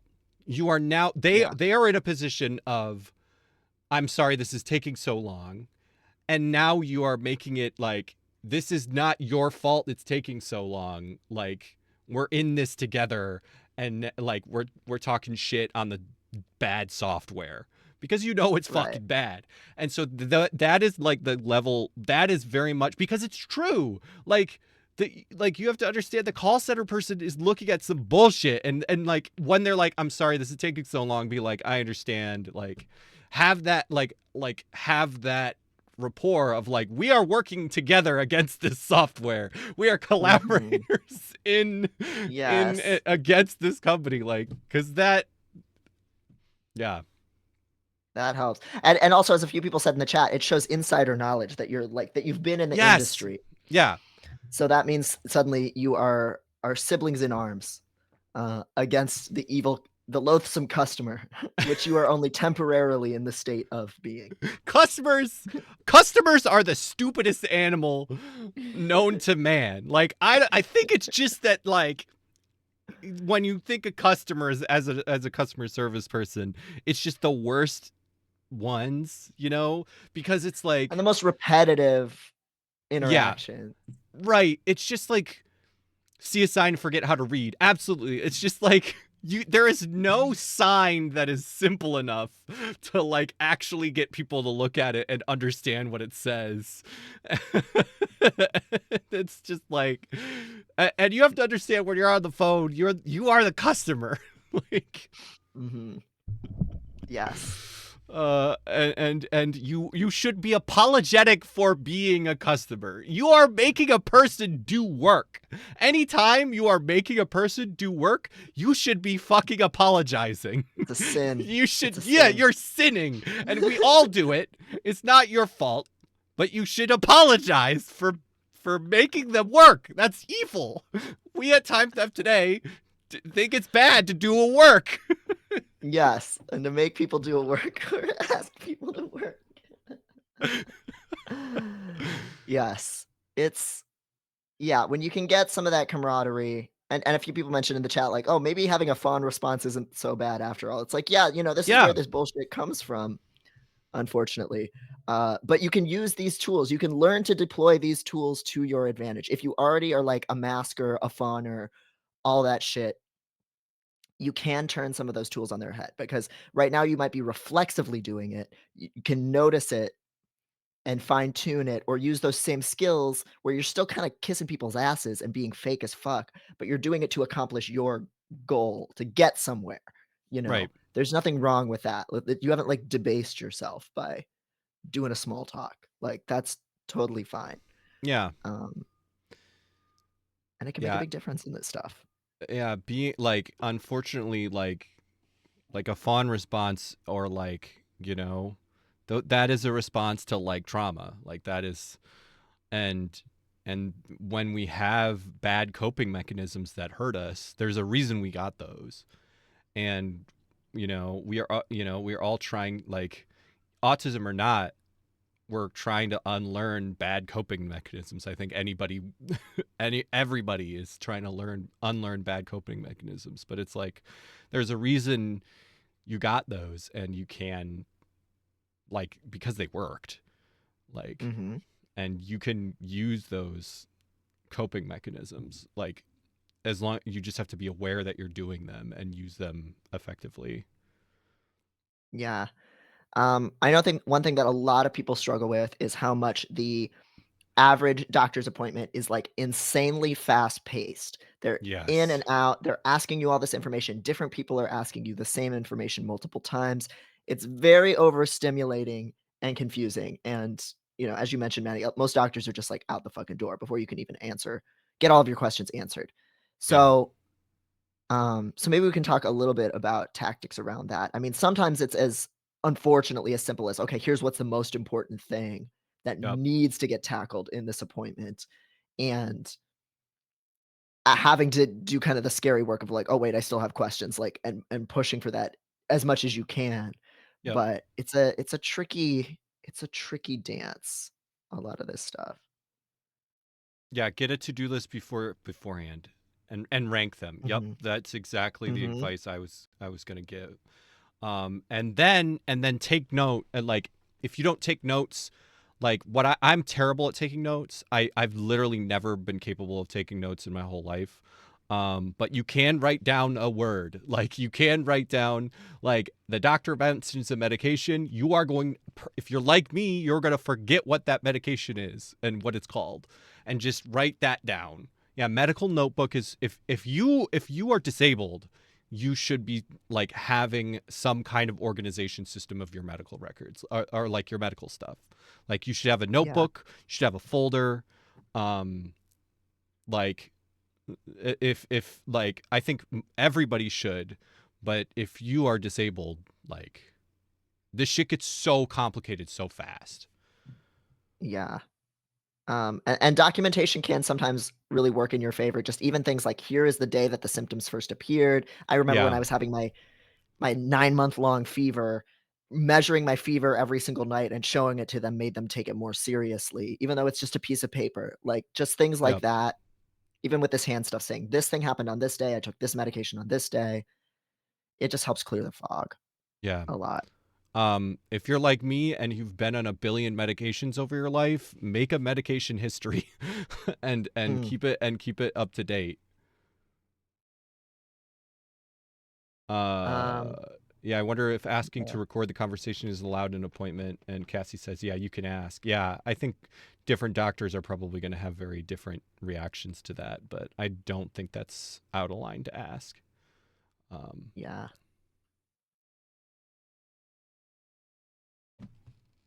yeah, and don't forget, Uh, like personally,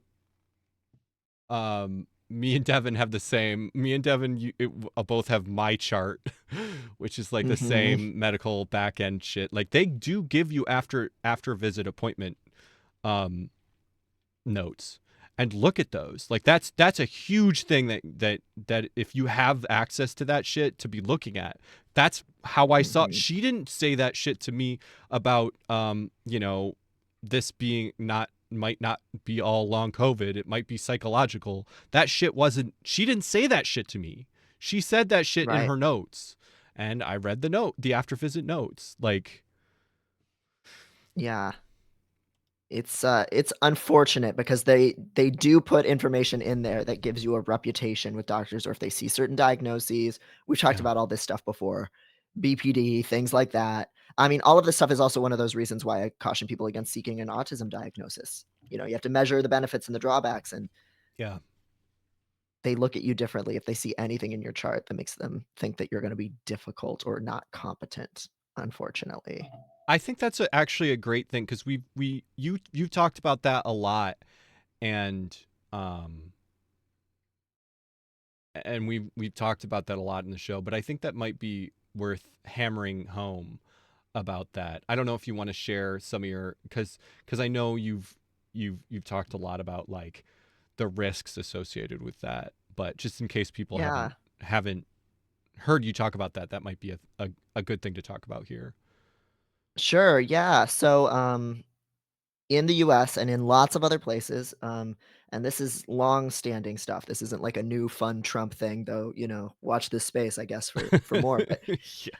you can be taken off of uh, registries to receive an organ donation because you're autistic. You can be deprioritized for treatment in the ICU if you're autistic. In the UK, there's obviously been a very huge push to restrict access to any kind of gender affirming care if you're autistic. And I don't think anything quite to that specific effect has passed in the US anywhere, but that's a big part of the rhetoric. So it's always something to keep an eye on. Our And that's, I very much think, if you're wondering how gatekeeping access to trans care is going to look in the US, to look in the UK, because clearly a lot of the executive orders that have come out, I've seen people say online it's like straight from uh turf talking points. Like this is where they're looking. Yeah. Yeah, yeah, in the UK, they've had even more success codifying a lot of this stuff into policy. Yeah. You know, if you're in certain pockets of the US, you've been able to escape a lot of this stuff, even though they are following that lead.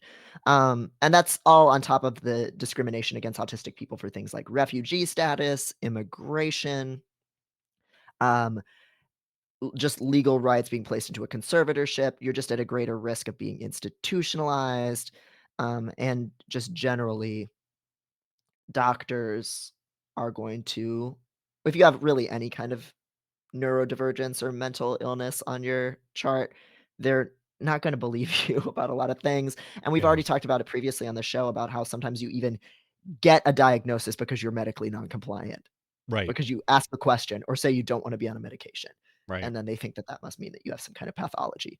I So and when I was in inpatient, I really thought that my one time I was in inpatient for I was like suicidal, and I really felt that my medication was not what it should be, and that was a big reason that I was doing so poorly. And so like every day I was asking, can I see the psychiatrist today? I want to talk to them about my medications.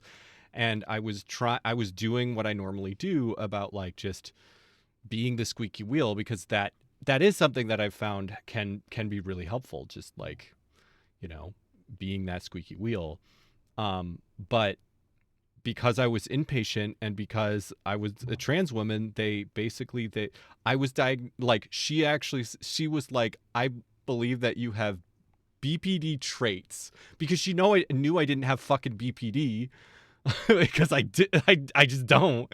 And so she couldn't even like bring herself to like, like she knew that was so beyond the pale that she just like said BPD traits. And it was literally just because I was insistent in like advocating for myself. I wanted to change my medications and I couldn't see the fucking psychiatrist, like because they didn't have time or whatever.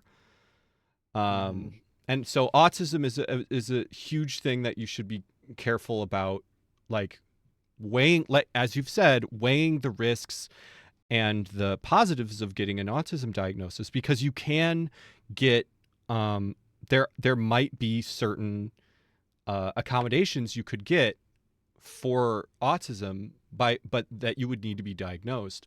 I think we don't talk about that a lot with ADHD, even though ADHD can have some of the same um, sort of you know bad connotations to doctors, because you need if you have ADHD, you probably need fucking stimulants and you're gonna need a mhm. diagnosis for that.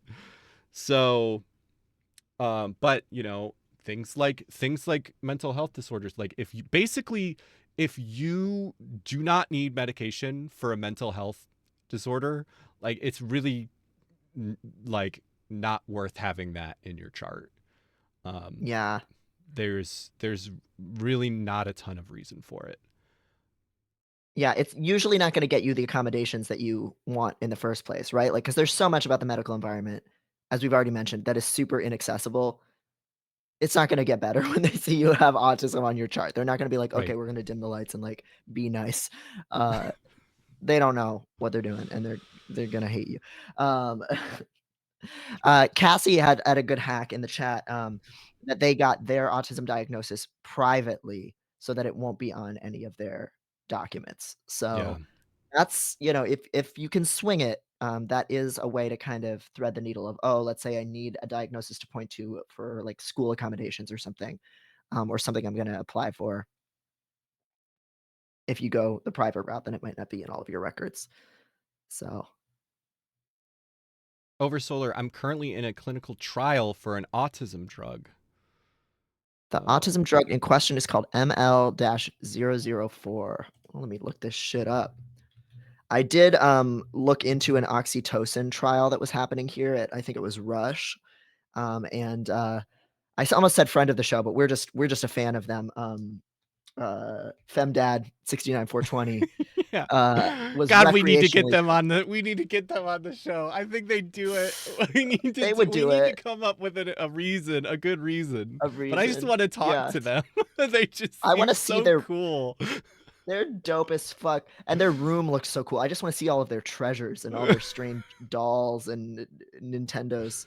Um, but they did, like, recreational oxytocin nose spray, which is supposed to, like, cure the social deficits in autism, uh, and sensory issues, supposedly. Because whatever, it does a lot of different things, oxytocin. I think they didn't like it.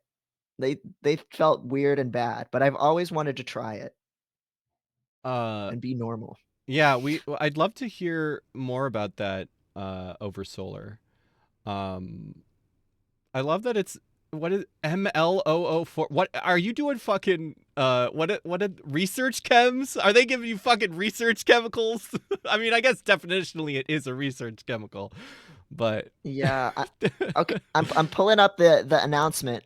MapLight Therapeutics today announced it has completed dosing of healthy volunteers across 5 cohorts, this is from 2020, in a phase 1 clinical trial of the safety of ML-004, a selective serotonin receptor agonist.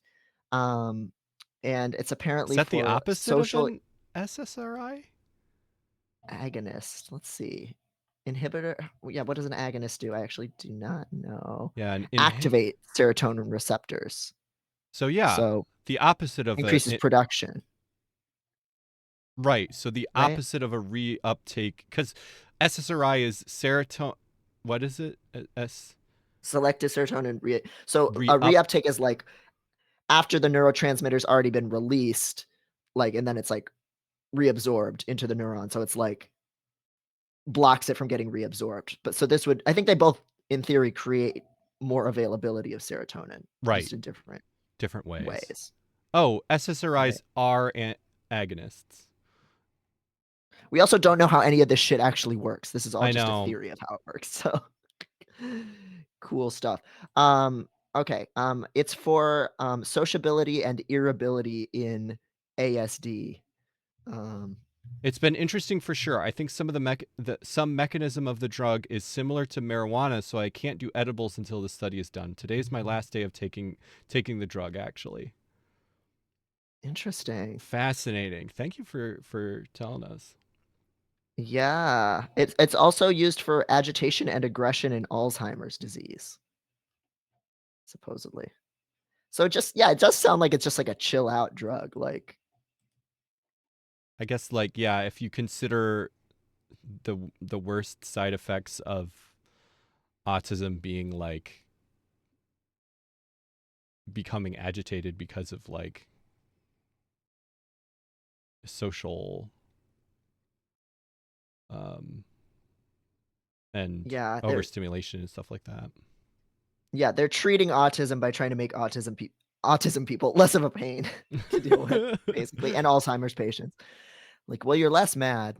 My nesting partner said she noticed a few changes in me, such as being more facially expressive and such. Whoa. Interesting. Gosh, ooh, I just don't know how I feel. Ooh, it's so fascinating, and I Yeah. would wanna try it, like, at least recreationally, but unfucking our vibes. Fuck.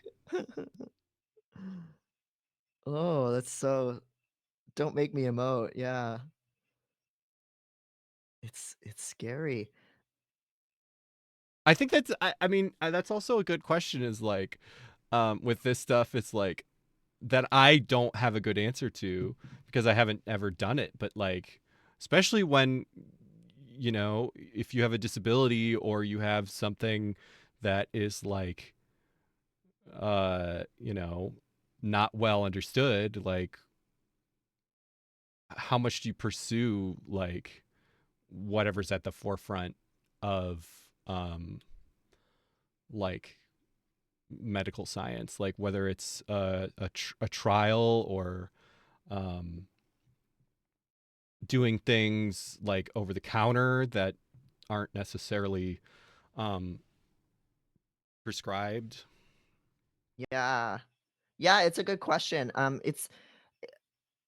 We already all know how, like, understudied and undercared about autoimmune conditions are, Yeah. but I really learned a lot through the course of this ongoing figuring out what caused my tendon issue, um, from a lot of people in the EDS and the hypermobile, Ehlers-Danlos, syndrome community, how, there's even kind of competing theories over what it even is and how to categorize it, and, so people were sending me some papers about that, just saying like, "Oh, actually even calling it this discrete syndrome really discounts all of these other effects of it, and all of the ways that they have of testing or screening for it are, like, way too strict, so almost nobody gets a diagnosis." Sounds familiar, doesn't it? Yeah. Yeah. Um, so how reputable the information out there is so limited, Yeah. especially for chronic health conditions. And Um I do think that I am kind of a skeptic, and I do worry that there is a lot of misinformation out there about especially chronic health stuff. Like, I think there are a lot of people out there that are trying to sell you snake oil, or um, buying into something, that isn't actually effective because doctors aren't fucking helping them. And so Mhm. they're finding like things that like seem helpful, but it's like there's anecdote rather than data. And so it's it's Yeah.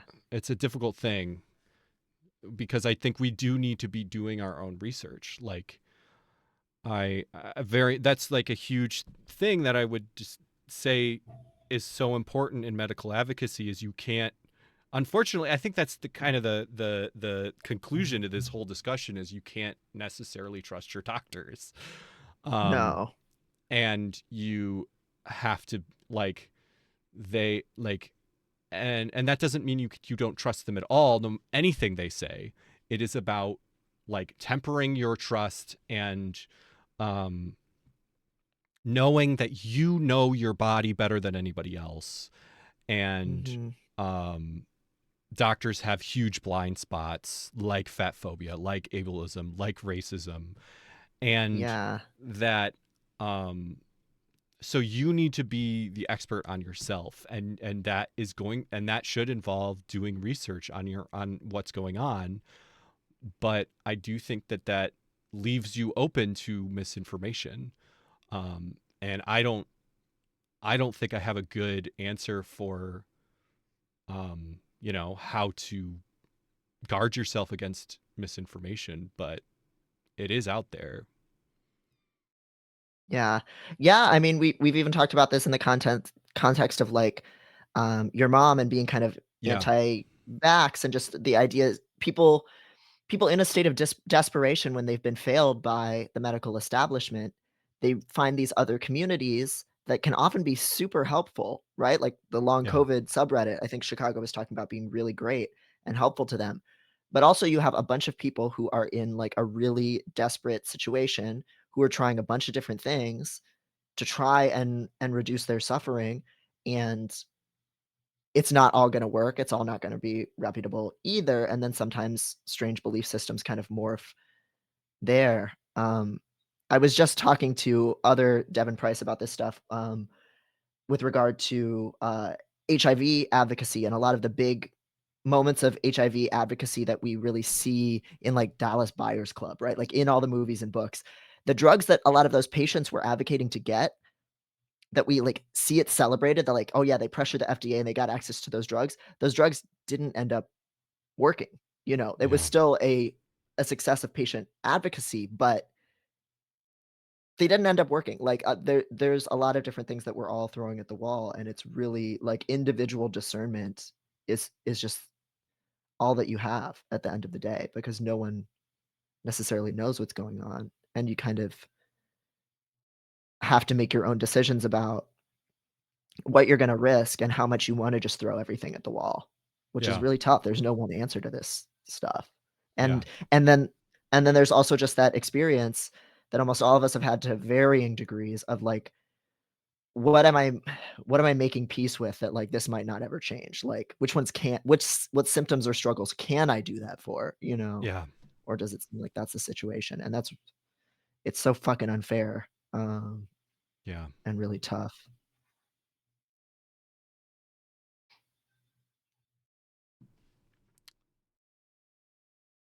Um, I learned a long time ago that when it comes to nutrition, the only accreditations necessary for public health practitioners, especially in Canada, is attending a single seminar and reading a single pamphlet. Yeah, I don't know the Crazy. equivalent in the US, but I know it's really similar. Like, pretty much anybody can say they're a nutritionist. Yeah, Um, you have to be real careful with, physical therapists. I think we probably already talked about this before. Um, a lot of people get pushed too far. If you're hypermobile, don't see just a regular physical therapist because they don't know what they're talking about with you, and they're gonna tell you to push things too far. If you have chronic fatigue, similar things we've talked about, like, a lot of the prevailing common sense advice is, like, to keep pushing yourself more and more to, like, increase your capacity, but we already know that that doesn't work for a lot of chronic health conditions, so yeah, same with chronic fatigue syndrome. Like, there are mhm. I forget the name of it, but there's like a whole system that's like, oh yeah, you get in order to get better out of chronic fatigue, we have a system where you just do a little bit more, whether it makes you feel bad or not, and ignoring your like crash symptoms. And the science is based off of um, basically the idea is that you are like have a phobia of exercise is what chronic fatigue is. And it's Oh like my god. it's like yeah, and then everybody got COVID and also and got chronic fatigue. Like maybe it is a virus. Mm. Maybe it is there is a viral cause for chronic fatigue. Jesus Christ.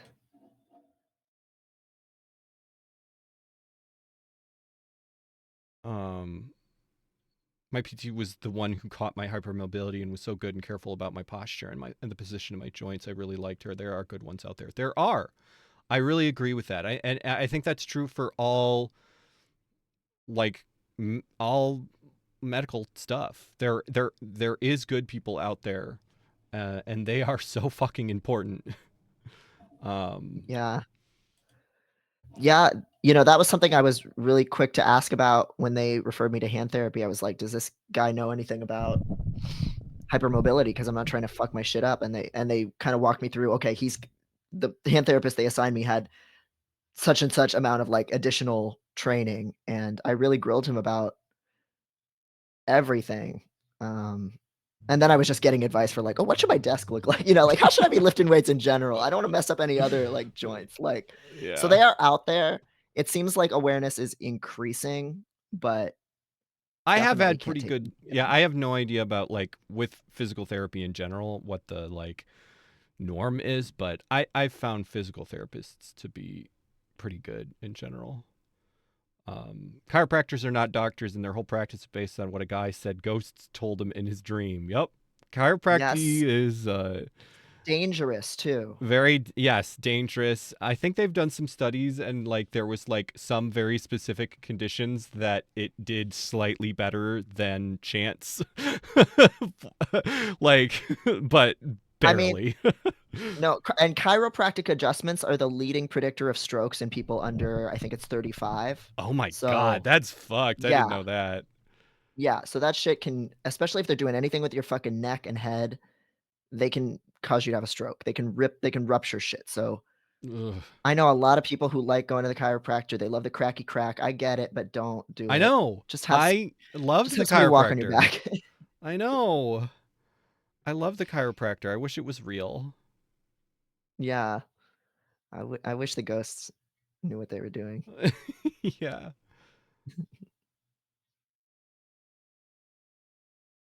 But in my day, you just had a child, and you had the child walk on your back. Yeah.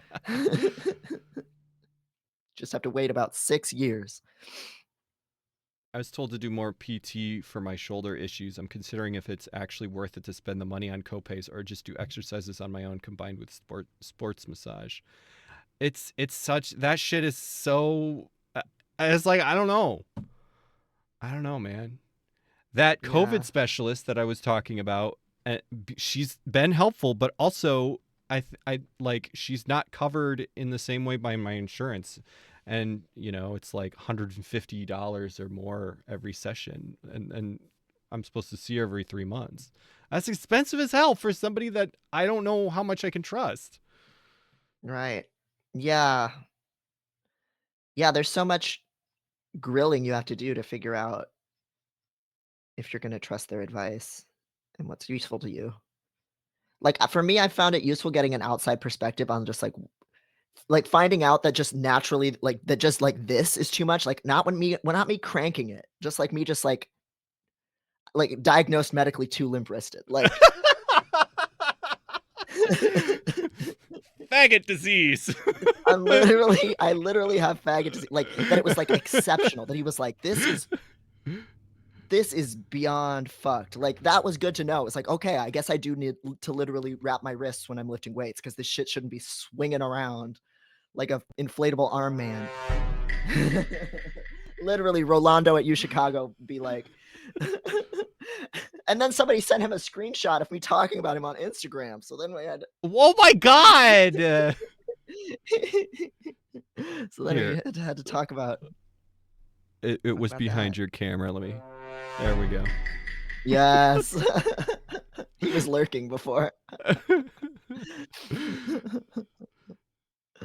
Yeah, I can't talk shit about I mean, I was talking positive shit in this case, so he just saw me complimenting him on IG, but, like, I can't talk shit about anyone these days. It's I gonna know. one of their friends follows me.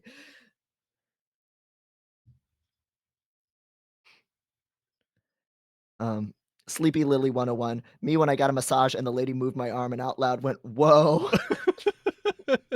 That the ER doctor said, "Holy shit." Like, Yeah. Yeah. I it's had a so PT funny. say she was like, I don't think she swore. I think she said like, your stuff is real bad. I forget. I think she did swear. This was years ago, but she was like, "Yeah, your shit's fucked up." I swear to God.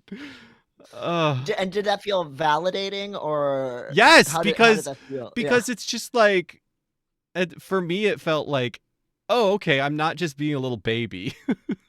Mhm. Like, Yeah. uh,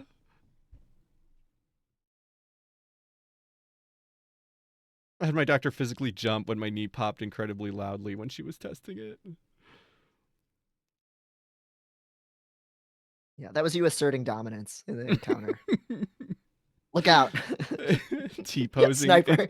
instead of T posing to assert dominance, it's just like cracking all of my joints. Um,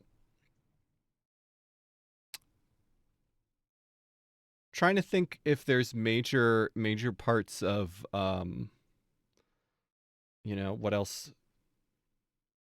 what else uh because I feel like we've covered a lot of ground. I'm really glad. Um, Yeah. Oh, I have a question for the chat, and you too, Maddie, if you've done it. That advice they say that, like, when you get a medical bill, you should call them up and ask to get an itemized bill where they go through it in more detail, and somehow that's, like, magically makes some charges go away. Has anybody done that that's such a good and question. I've never and done it. seen that work? Yeah, I would I'm love to just know. curious. Has anybody asked their doctor to also, if you have you asked for a test or something and your doctor has denied it, and then you like asked for documentation and they actually, what happened if you did tried that trick too? Mm,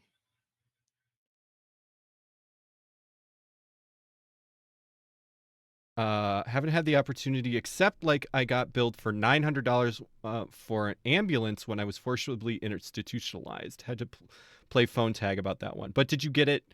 Did you get it lowered? Oh yeah, we're all so jealous of you Canadians, and we're praying that the Trump. All I've heard is that the Trumper type people might win the next election, and so hope that doesn't happen, and that Yes. they're less effective than our Trump. Yeah, may we set an example that scares your voters into not doing that, knock I got on it wood. taken care of because of Medicaid, but I was pissed and angry. Yeah, definitely fucked up, but I'm glad that you were able to get it taken care of. Mm,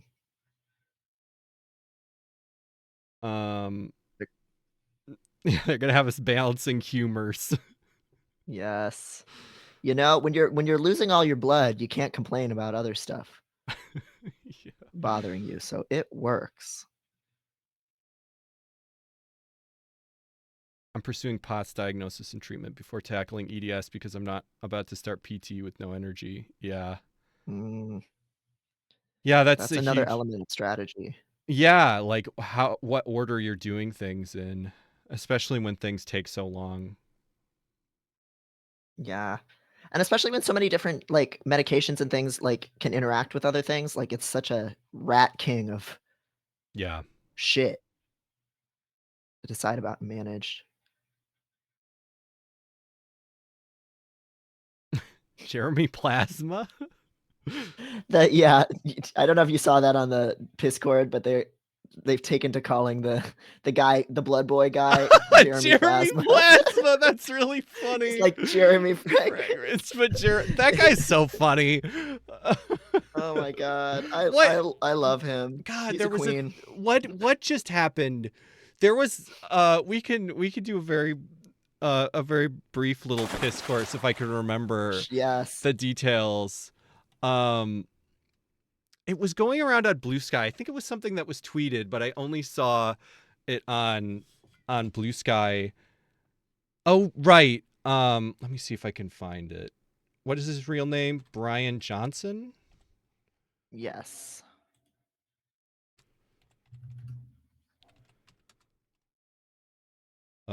Sons tumescence? What is that word? Oh no, where is this going? This was somebody rescue this man's son. His blood boy. Yeah. Uh don't die. Mogul Brian Johnson is an actual in an actual penis measuring contest with his teenage son. Raise children to stand Oh, tall, be firm, man. and be upright, the proud papa wrote. What is happening with this website? It's having a time. Okay. Yes. Nighttime. Here it Oh. is. Nighttime erection data from my 19-year-old son, who he and me. His duration is 2 minutes longer than mine. Raise children to stand tall, be firm, and be upright. So here's an app. Oh yeah, let's Oh, go right to the man. source of this. Here is screenshots from an app where you put a little thing on your penis, and yes, they're wearing dick monitors, and they're comparing their andro age, and their total duration of erection episodes and number of total erections, average erection quality, and sleep That's a efficiency. five-star hard-on right there. Uh, yeah, maybe the article will say, because this is like an app. Like, this is not a thing he invented. Let's see if So they. fucked up.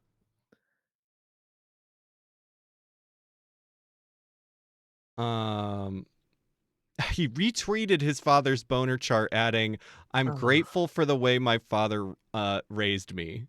Very Oh, cool. I feel so bad for this kid, like, this, I mean, the blood boy part was also very abusive, that was we could start there, Yeah. but this is so fucked. Yeah, now this is just talking about him.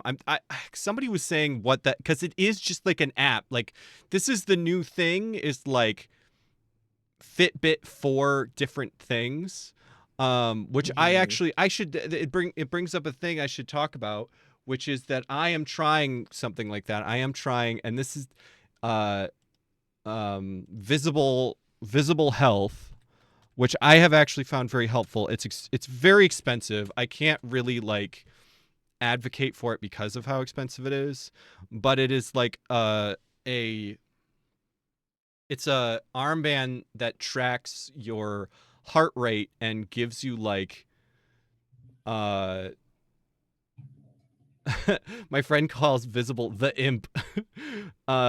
Yeah, but it basically like it tracks your heart rate more accurately than a normal Fitbit because like Fitbits and things like that basically are they only track your heart rate really accurate according to them. Uh only tracks your heart rate when you're like exercising really detailed.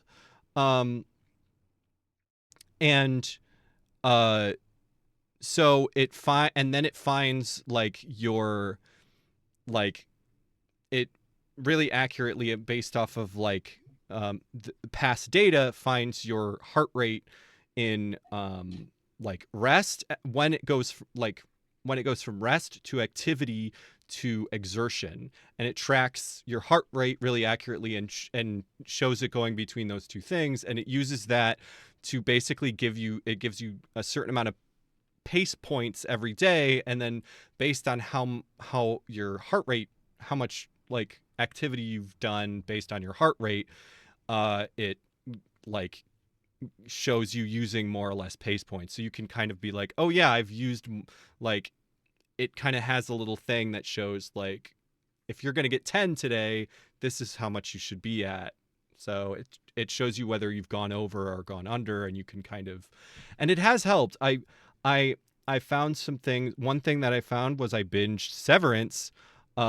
We like binged the first season before the new season came out, and we watched like three or four episodes in one day.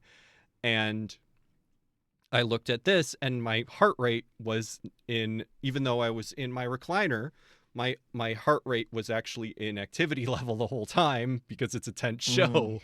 And the next day I had a crash. So but it also has shown let me see, I think sorry. But it also has shown right now, yeah, I'm in my resting heart rate. And so I found that streaming has actually a big part of it is thanks to finally having fucking um compression socks. But that streaming has not put me into an activity zone, and I'm actually just at rest, which is really good. And means that, you know, that's part of the reason I'm doing it more is because this app has found that it's a way that I can push myself, and it's not gonna use as many pace points. So yeah. Um, so I this is not an endorsement. I am finding that it has been helping. It is like $50 a month or something. It's very expensive. Um, yes, compression leggings have been really helpful for me. All hail the imp. Yeah. But anyway, this is apparently a thing, not just this. Like I've been seeing ads for them, and apparently one of them, the whole reason I went on that more relevant tangent was to come back to this is an app. This isn't a thing he invented. This is a thing you can go buy. Let's see if we can find what the fuck it's called. What is it called? Nightly. It's like nightly tumescence is the like Ew. scientific word. Yeah, yeah, penile tumescence. Yeah, what kind of cutesy tech name like Glupshido does this fucking app have? I wonder. Okay, is it atom sensor? But yeah, that chart looks like it. Yep. So this is Oh my god. Meet Adam, the world's first erection health tracker. Not for women. We're not this Mm, is it doesn't track gawk. damn. We're somebody that would actually want to know that information to see. Right. You're missing out on a market, Shop y'all. supplement. There's the Adam sensor, and then right away the shop supplement. Nitric oxide support. It's science backed. We know, so we know it really works. Mm. Oh my It's cheaper than god. Viagra. This doesn't give you a hard on though. It just It just supports. Yeah.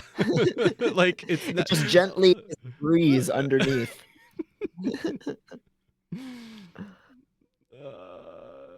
Yes, InfoWars boner InfoWars boner. pics. Yeah. Book Yes, yes. shockwave therapy. Low intensity shockwave Oh, therapy for penis and erection rejuvenation. Whether you're experiencing symptoms these of erectile dysfunction or simply looking to optimize your erection health. Look, if you have ED and that is not optimize. something you want, trust me, I get it. But I don't know if shocking, unless you're doing it because it gives you a boner. Like, God, like, these people have found a way to have just, like, a high protocol BDSM life, like, so unsexy. Like, you need to measure your dick tumescence and electrocute yourself if it's not good enough. But, like, it doesn't even get to be hot. Like, it's just, like, a stupid little, like, Lemonade Health looking ass app. or simply looking to optimize your erection health. That's a really good sentence. That's really, like, I don't have ED, you guys. I'm just looking to Looking to I'm simply optimize. looking to Like optimize my erection health. It simply could be a looking little to. harder. It could be a little harder. I don't want to have sex with you. I'm just simply looking to optimize my erection health by us I sort of, synergizing Mhm. Jeremy Plasma. Jeremy Plasma. Like, combine this with, like, the little grip strength tests I've been having to do, and you've got a whole health regime. I wanna make sure I'm optimizing how I'm jacking off. That's what it is. They're optimizing how they jack off. This is not good, folks. Folks, Can we this is what they're can we doing. combine this with the gooning community? Like, what's Jeremy Plasma's stance on gooning, cum volume, Do we think orgasming at is all? he a semen? He might be a semen retention guy. That would That really, seems likely. yeah. Yeah. And it's so funny. This shit is all so funny because he took HRT, like he took estrogen. Yep. That's why Yep. he like it's crazy because you can see um like before and after he started doing this shit, and more than anything else he looks like feminized, like subtly feminized, and it's because he's taking Yep. hormones, which is like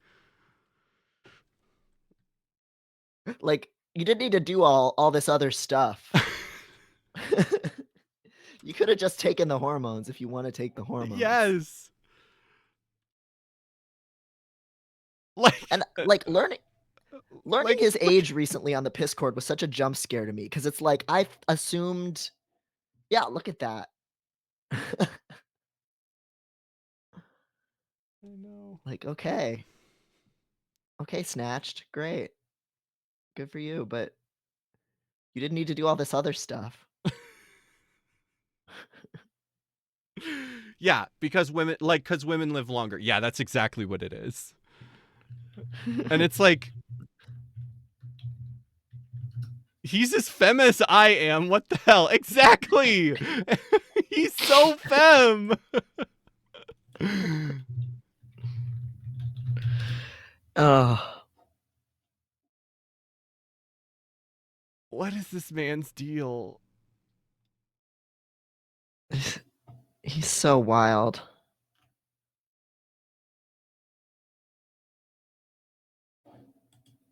Ugh, and then that time he tweeted that he uses its pronouns. I forgot about I'm like, that. just be for real with this. Stop playing with us. Just be trans. Just be trans. We I'll also forgive everything, Brian. Just we saw you from across the bar. Um oh Lord. uh, oh god. I think we need to put him in the dollhouse. Oh, Yes. look at how good that picture He's is. he's even dressed like our man Jeremy. Yes. Yes. Put him in Okay. the dollhouse. All right. All right. Let's get him in Doll this there. man. You want to be a doll so bad, Brian? Let's go. uh, I'm excited to show a daffodil. I'm excited to show you the dollhouse and anybody else who hasn't seen it. It's a really important part of what we do here. It's the most important part.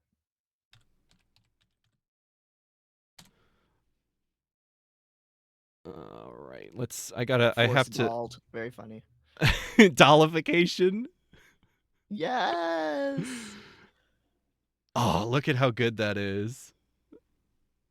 Look at how good his Oh, the crop is a little weird. There we go. Yeah. Oh my oh. god. And we got full body so easily of him. This is so good.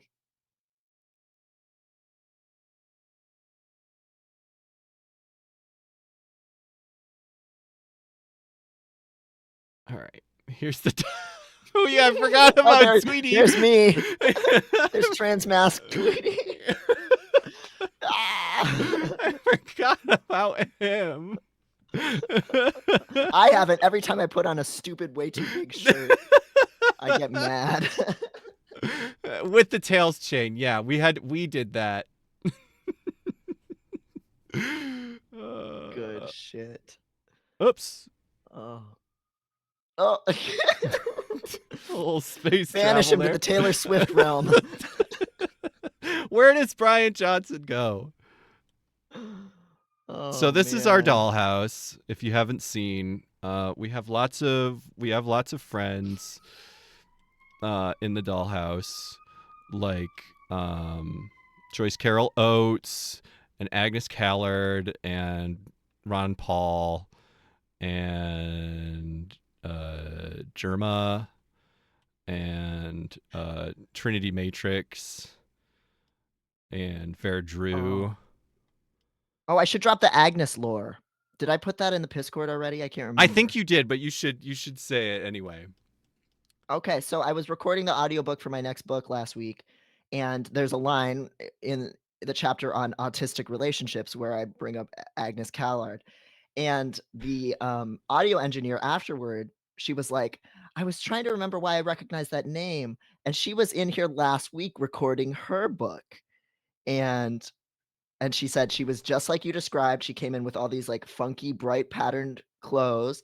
She, on the first day of recording, she kept pushing herself and pushing herself, and she got a lot done. But then she lost her voice and had to take the rest of the week off after one day. Yep. It's so autistic. Because I Yeah. do the same You fucking need to thing when I go in get there. her Unmasking Autism. It's like really important. I know. I know. I Uh, think she doesn't believe in anything that came after Aristotle, though. yeah, that's what it seems like. Yes, Denise with the Racerhead baby. And I actually have is it yeah, hold on. Where is uh where is that?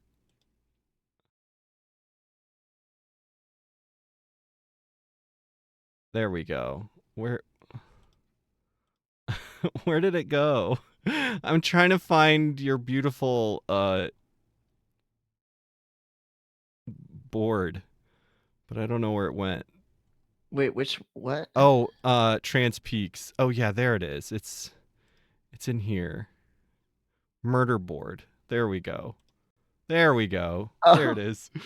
yes. Trans Peaks beautiful Silence of the Lambs, Twin Peaks, Murder Board. yeah, that's still This there. is life-changing. Oh, what is Ron Paul poster. No. Oh no. Oh, Whoa. what Whoa. happened? What is What's going happening? on? Oh, who's that? Who is that? She came Lovely with the lady. dollhouse. I don't know. Wow. She always lived here. I Whoa. don't know how to fix this.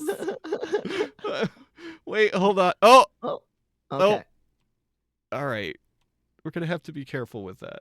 Does this? No. It's touchy. It's touchy. I broke it.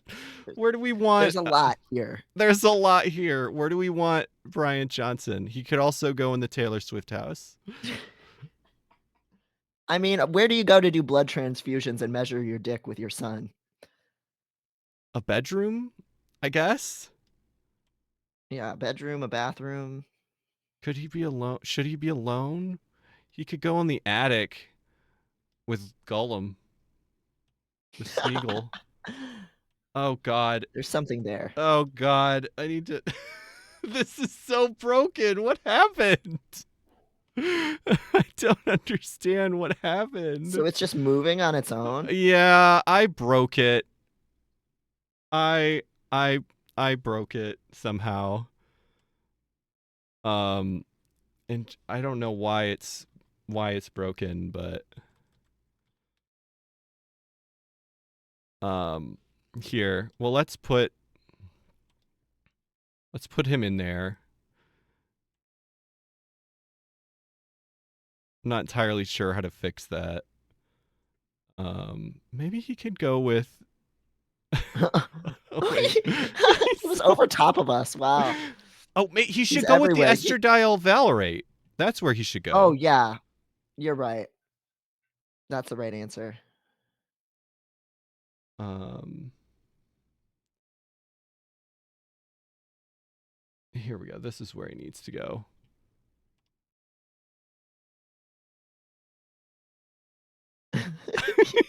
Such a good photo. Ah.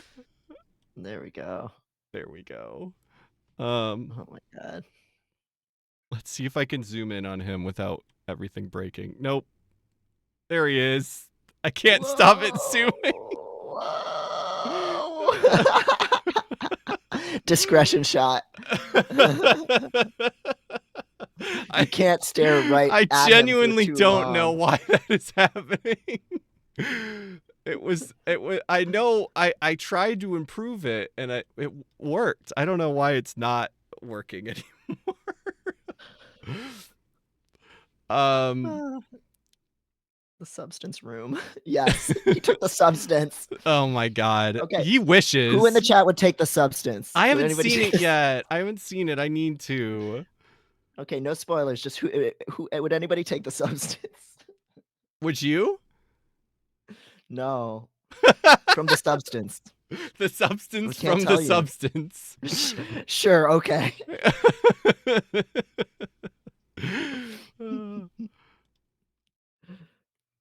I just wanna meet somebody who would take the substance. I'll take it for the bit. The implications are too fucky. It's a great movie.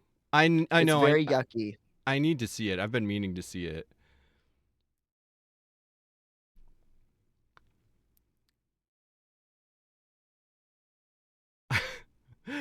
I no, I did it. It was meth. I was just skinny and hot and very, very sad. That's really real. The substance Yeah. is just meth. Is really real. There's, you know, there's a lot of metaphors in this film. Fat and happy all the way. Fuck yeah.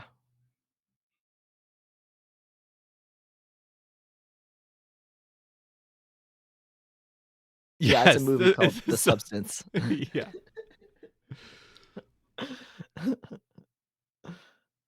I had to turn it off. I was I getting an was anxiety attack. Fucking fair. I'll the yuckiest part, this isn't a spoiler, it's in the first 10 minutes. Dennis Quaid eating shrimp. I was done. No, what? Dennis Quaid eats shrimp in a really yucky way. Is it like the scene in Lord of the Rings where that guy eats a cherry tomato really, really bad? It's like fisheye lens. He's like in your face, wet hands, wet shrimp, slurpy sound, and he's being misogynistic. It's and I was high. That sounds so scary. I knew that's when I knew I was in for a bad time.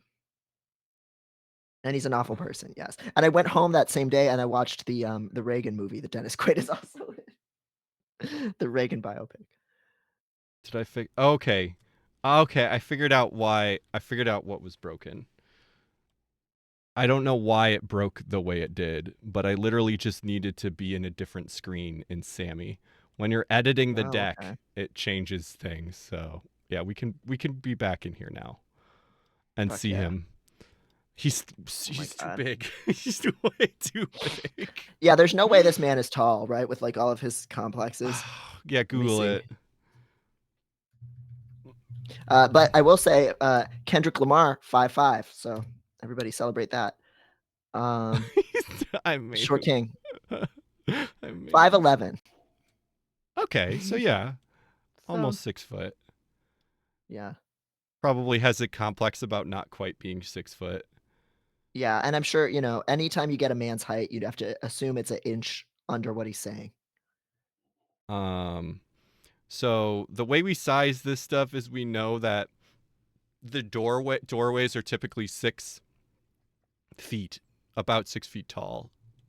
Wait, no, not 6 feet. What did we decide? What are doorways? They're like six. I just realized, are we 6 feet 8 inches. Six six feet eight feet eight inches. inches? Yeah, 80 So inches total.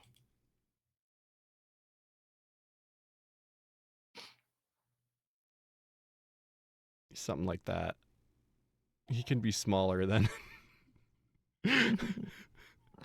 Yes. No, you get put in the attic or the this like weird supply closet. Yes, the estrogen chamber. Yeah, estrogen chamber. 120. Yeah, we actually did the math right and tried to figure out like because this is like how much this would be if this bottle was this size compared to how big the people are, and we decided it was Yeah, like 125 milliliters. Or no, maybe we decided that's I don't remember what we decided. we I we had to look up a whole bunch of shit to I think if no, reverse that's what it engineer. was. If because this is 1 foot to 1 inch. So if this was actually in the dollhouse this big, it would be 125 milliliters. Right, we had to correct the dose to reflect that. Um. Oh no, it's doing it again. Oh no! Oh, whoa! Whoa! Sorry. Okay. All What the right. fuck? Did it go upside down? What the Yeah, because if it gets small enough, it eventually just inverts. Yeah, Wow. because it's yeah, it's haunted. Wow. It's small enough it inverts. Um uh do we have uh oh, I think I just realized if I just have to use Whoa. these keys. I I did something to make it better so that I could just hold a key down and it would zoom instead of having to press over and over again, but it clearly has some difficulties. I see. Um yeah, do we have anything else cuz we got a little we still have like a half hour. I don't I feel like we had a really good discussion about medical self-advocacy and then now we're in the dollhouse. Um Yeah, we could do some matchups while we're here. We could um I'm definitely open sure. to if anybody didn't have their question answered about um, medical advocacy. I'm definitely down to go back to that. But um, Yeah, should I pull up the yeah, let's do PowerPoint? some. Yeah, let's do a few matchups. Okay, Uh, yeah, why not? We're gonna do some polls, everybody. So get your fingers ready, because um, you're gonna vote on people that can end up in the dollhouse. Once I find this fucking folder yeah, and then in you'll have my to share your screen too. yes. Ooh, yeah, here we go. Kitten update from Devin. Be, Sure. Let me grab her. She's on sh the floor. she Yeah, before we she's started my she was op. she was being incredibly annoying and Devin Sucks. threatened murder I many hate her. She times. sucks. I love she no, she's so every morning now, she just made a rule for herself. Every morning at 8 AM, she crawls on my chest and like puts her hand on my face and purrs and insists on and kisses me and insists on being like petted. Oh my Um, god. and I have to wake up and do that. She does this little wave when she enters a room. She goes like, "Oh."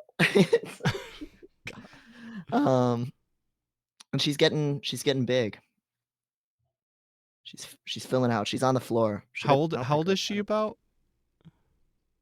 maybe like 9 months. God, what a cute Oh my god, animal. she's so peaceful now. I don't think I can move the Yeah, camera enough to don't move. deflect it. Yeah, don't move her. I will. I don't care. She was bothering me.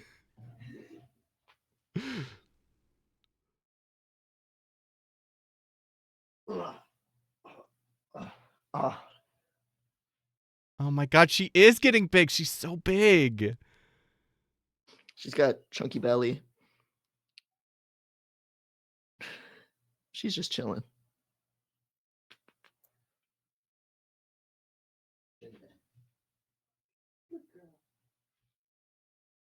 She ate a rubber band. She ate my $2,500 hand therapy rubber band Oh my yesterday. So we're just hoping she doesn't die from that. God. Oh my She seems God. fine. Okay. What is the matchup website again? I gotta find out where we left off. Oh my God. It was so hard for me to remember what that was when I looked into this last time. Shit. Yeah. Uh, because it was something. Um, bracket. Make a bracket. Uh, Challenge.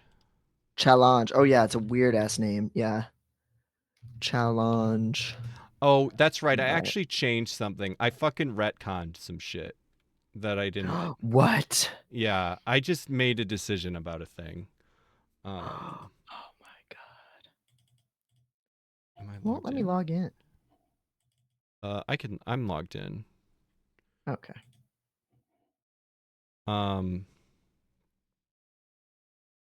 so Maybe I had the wrong account or something. yes. So this is our dollhouse bracket to see who we're gonna put in the dollhouse. Let's see. Um, yeah, basically, I'm trying to remember exactly what it was. So I think I said that. Um, I think I maybe actually said this that. Uh, um, I put these two guys. These like Oh yeah. they're like You just put them in. yeah, because they technically lost to somebody else, and Okay. I also was gonna put in yeah Mesopotamian votive figures and one extremely small cat. Um, I put those in there. That's right, because I also put in an extremely small cat on this couch. It's Oh my so small. god. Ah. And I was like, those neither of those should be in there because I just want to put them in because they're not really characters. Yeah. So But there's no rules. yeah, so now we still have to do um Nick Cage from Willy's Wonderland. I think he actually lost, but we're putting him back in. Uh And why was that? Because because he want you. because he won against the votive figures and I just put them in. Okay. I think is how it But then he happened. lost against Blow High, Blahaj. the Yeah. shark. Right. Blahaj. So we still that's right. So we need to do Nick Cage, Willie from Willy's Wonderland and Avatar Korra and then they're going to go against Blahaj and then that here. So we Okay, kind but of that's fucked it like the up. next round. Yeah. Yeah, but we still do need to do Nick Cage and Avatar Korra.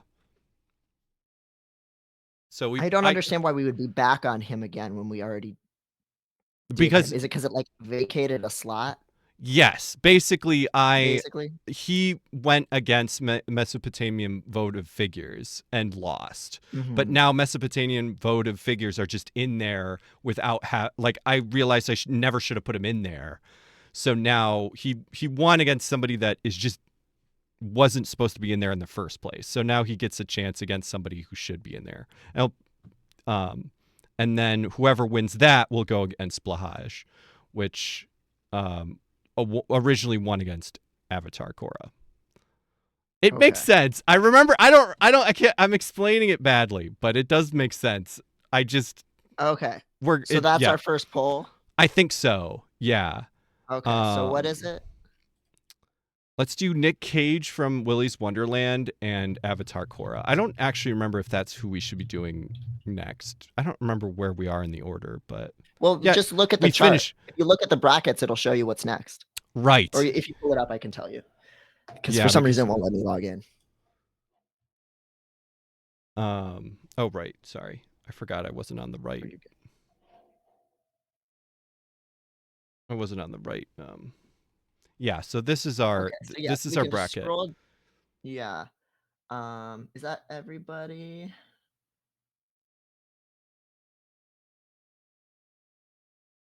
So we should just see the first one that hasn't been like resolved with like a winner, I think. Um oh yeah. We did well no, I'm confused. Because we didn't do these ones, I don't think. Right, because we did all of the people we hadn't done yet. So now we have to circle back and do all the people that it's their round two. Oh, okay. Does that We make had sense? did we I think we didn't get to did we get to everybody? We might have to No, we didn't. So there's ones in the middle. So you can see if there's in the middle and they didn't go to the third bracket, then that means that that one hasn't been like done yet. right. Okay, okay. So yeah, so Nick Cage from Willy's Wonderland and Avatar Korra are Okay, what we're doing cool. now. And they um and Nick Cage actually lost before. All right. Should we do 1 minute? We can give it a little longer, I think. That's what we were doing. Let's do like 3 minutes. 3 minutes? Oh my god. Okay. All right. Starting the poll now. So So you as a should refresher, see it.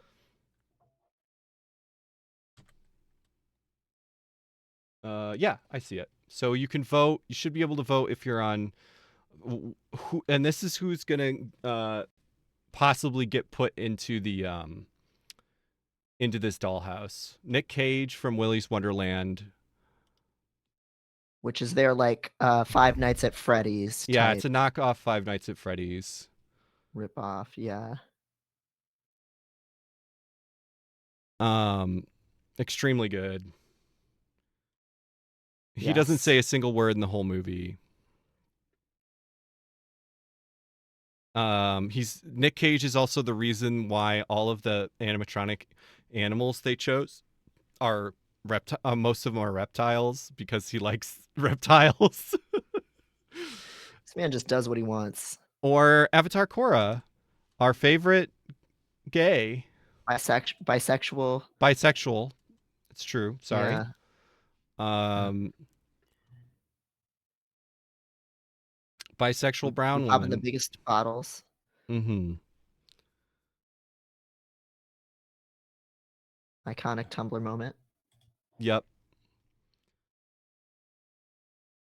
The little diacritic over the A in blah high means it sounds a little more rounded, like blah. Blah, So blah, blah, blah blah blah, high.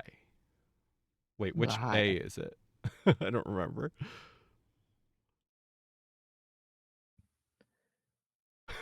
No. The no sad It's not face is so, blah. is so That always real. means like it means you're so wrong. You're so wrong.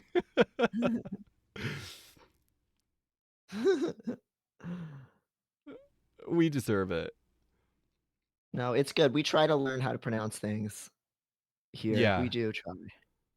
We care. Well, now Avatar Core is taking the lead. Yeah, get in your fucking votes. Get your votes in. Remember, if you don't vote, you can't complain. Mm-hmm. We're we're libs when it comes to this. And only, 23 of you have voted out of 49 people. So a lot of you don't care about having freedom. Yeah, a lot of you would have let Donald Trump win. It's your guys. If you don't vote in It our election, you let Donald Trump win. It should be in the like in the chat, on the screen. like at the Yeah, top if of you're the on chat. mobile, it's fucked. If you can't see it, it's because you're on mobile, and it's fucked. Oh, guess what? It was a tie. You Oh know what my that means, fucking right? god! What does it mean? What did we do for that? I think they both get in. No, I think we because we can't actually do that. I think we it's a coin toss. Morph them. Oh, more of them. That's a great idea. They get to hold hands. I Combine them think into an I animal. think it was a coin toss because I remember we were like I think we actually said at first we were like we just get to decide, but then there were like three Uh-huh. ties in a row, and so we said we have to use a coin toss. Okay, Steven that's fine. Universe combination is so fucking funny. I really That's like so that evil. idea. But I think we That's should so stick with evil. what we did before, which is a coin toss. Yeah. Uh-oh. Nikora Cage. But you get to not this one. I'll flip it again. You get to call it. So call. Okay. I'm gonna call it in the air. Okay. Uh, flip. It's this Nick Cage. It's Cora. It's Cora. All right. Great. Good for her. Um. So now next round it'll be. How do I say you won? Right. There you Aaron go. Avatar Cora. Submit scores.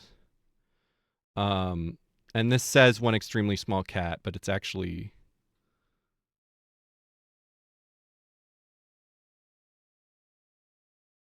no. That doesn't make sense. What did I do here? I still don't I understand. forget. I had it. I had a plan.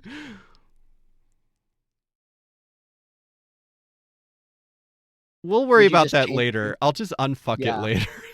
That's next round. We can put anything in there. Yeah, maybe some random will go in there or something. I Yeah. swear I We have had a so many plan. suggestions. Yeah, I swear I had a plan. Um, all right, now we got Cloud Strife from Final Fantasy versus Kylie with ATST legs. Okay. I fucking love this one so much. I have to like um I'll just put this do you Do I remember have a this? picture of this? Yeah. Oh, I forgot. Those are all Kylie fucked up. Kylie Minogue? No, Kylie Kardashian. Oh wait, wait. There's no Kylie. Is there a Kylie Kardashian? Maybe it's Chloe. I don't know. Hold on. I have to pick up I have to go into our spreadsheet. Oh, it's oh wait, I got it. I got it. It's the young one. Uh it is Kylie. There is a Kylie. Okay, my bad. Did you find the post? Wait, Yeah, I found the post. Do you want me to share? Or will that be a whole thing? no, go for it. Okay. Uh wait, let me grab into this tab. You can see I misspelled Kardashian. Just don't at me. Hold on 1 second. I have to. Oops. This is a good doll. It's such a good doll. Is This the is a good thing. pick. I want this one to win. Some people were really thinking, and because we asked for people to submit the doll photo they wanted included, and this was prime shit. So thank you for whoever Okay, submitted it this is on one. the screen now. Okay. I had a dream and this is by Real Girl in the World, Tumblr user, 2016. January 2016. I had a dream I was watching Keeping Up with the Kardashians, and Kylie had gotten cyborg legs that they had taken off an ATST from Star Wars and put them on her lower half. So she was like 11 feet tall. And Kim was like, I think Kylie's new legs are so fun. And there you have it. So this is it's really good. Yes. I'm gonna start the poll. 3 All minutes right. on the So who clock. is the other person? Cloud Strife. Cloud Strife. Okay. Baby girl. I can pull that up too. Yeah. Yeah, I mean, you can kinda take your pick. There's a lot of great takes on There's a on lot of great Cloud. stuff. Uh, c- Femboy computer, supreme, but computer, can you show me Cloud Strife cross dressing? oh, yeah, we can do that. Cloud Strife in the dress. Oh, well, what do you know? There's a lot of fan art of that.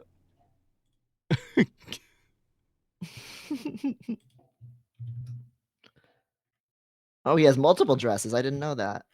Oh, I think yes, that sounds familiar. I've never played a Final Yeah. Fantasy. But that's just a really good. Yes. Very strong. Oh, really good. Oh, that's nice. Yeah, why does Again, he we've talked about femboys in history. Yes. Why does he need to do this? Isn't it a really I'm sure contrived once you reason? find out the reason for her nudity, you will be ashamed of your words and deeds. Words and deeds.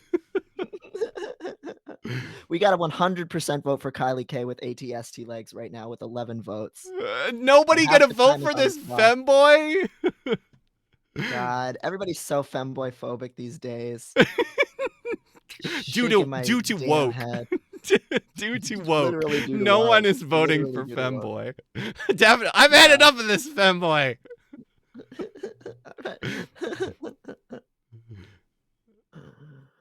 I'm a Oh. femboy and I voted for Kylie because of the legs. Because of, well, the legs are a big part of it. The legs are I'm gonna go so far as to say that is the reason to vote is Yes. leg. Yes. Oh man, We see, should this have is more. why if we get a split vote, it would be really funny. Yes. Okay, we got 4 votes for Cloud now, 20 for Kylie. Oh, God, that's Gotta right. We should have reminded people if no one. I forgot that if no one votes for someone, they automatically get in. Yeah, because we're so fucked Forgot up. about that.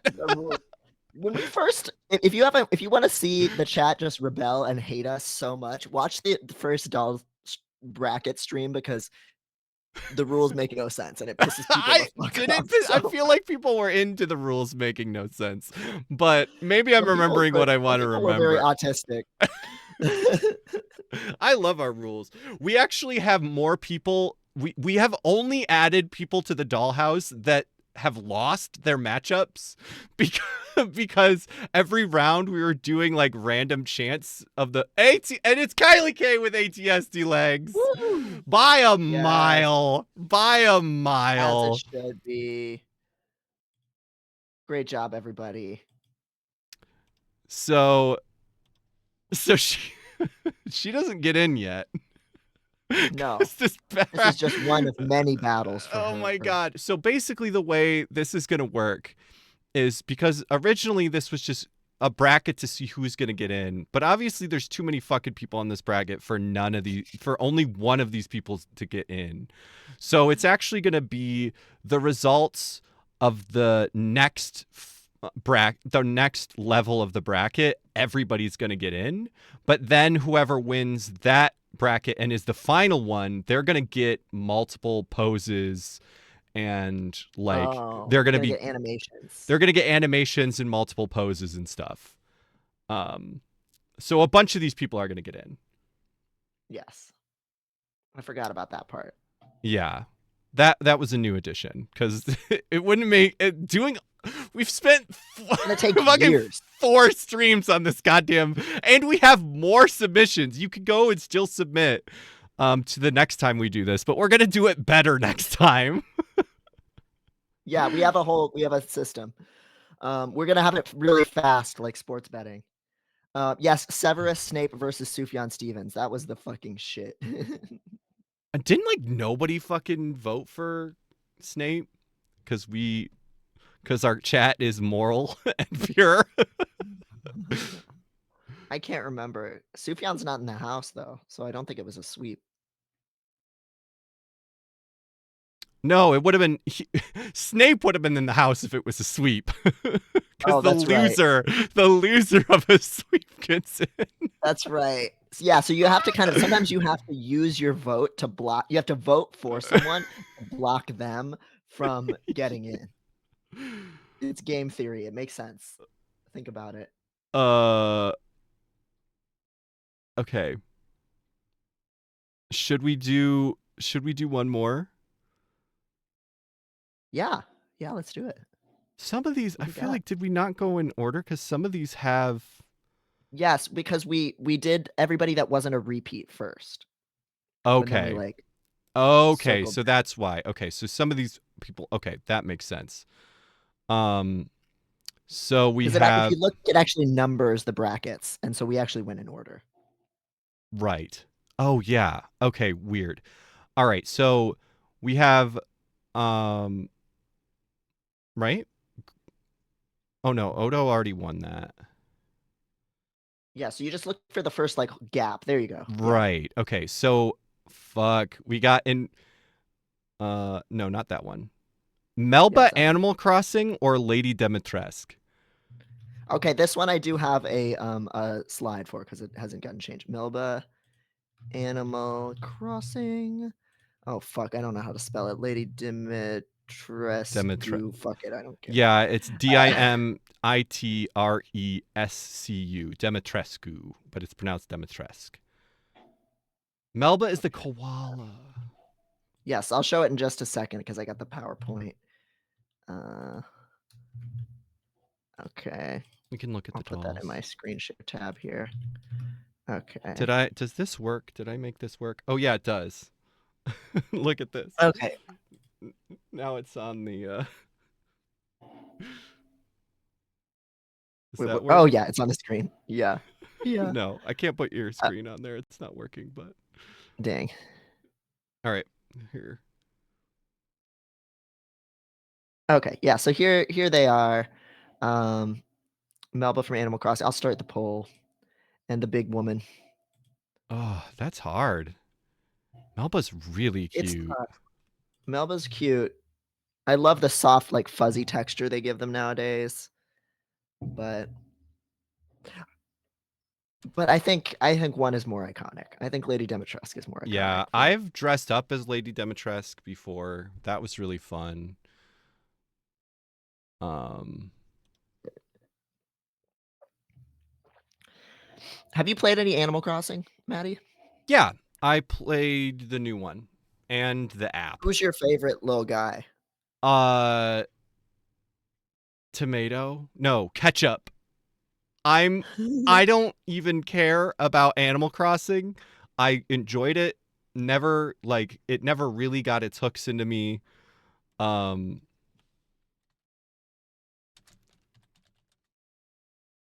sorry, we're discussing other things than the thing.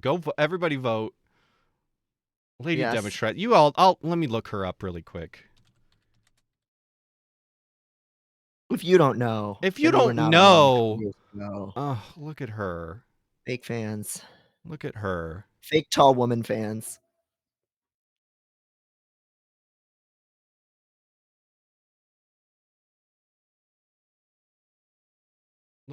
Just look at that. She's so good.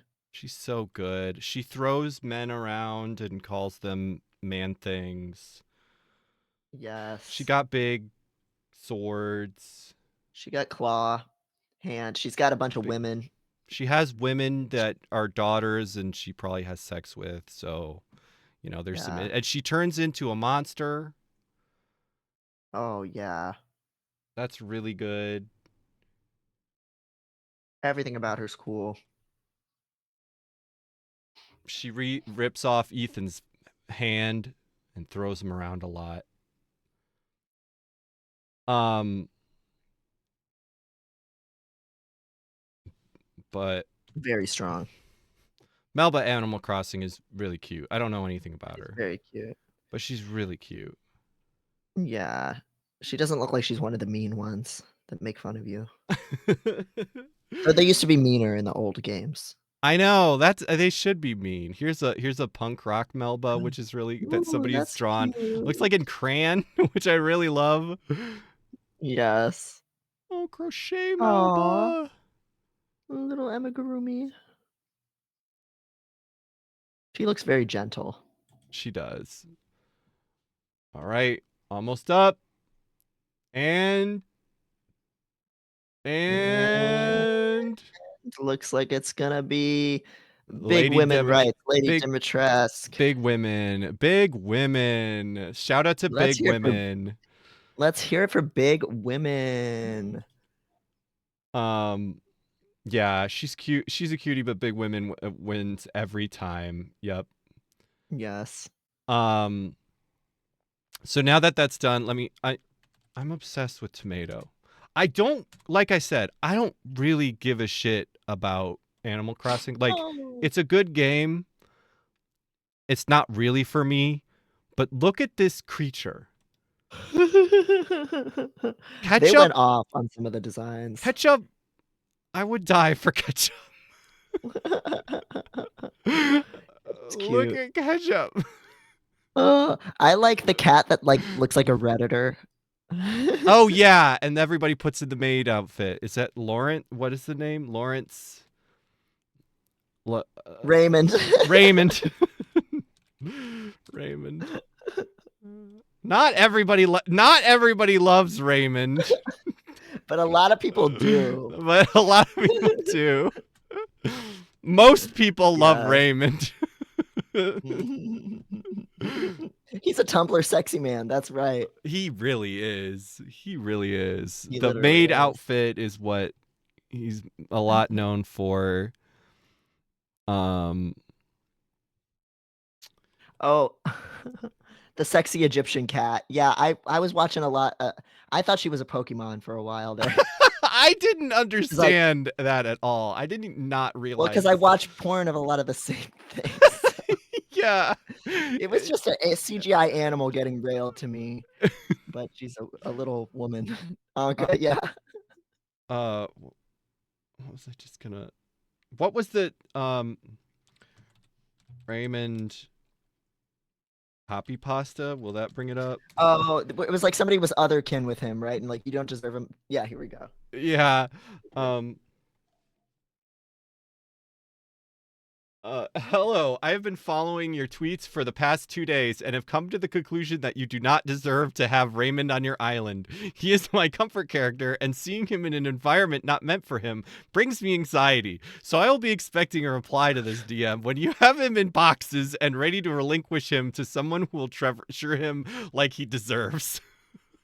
This is so good. This is the deep COVID times where everything was insane. Oh, I love this. It's so good. It's really good. I thought it was an otherkin, but I was wrong. I mean, I am getting those vibes. It's I can speak for him, you know. Yeah, I'm the exactly. guardian of Raymond.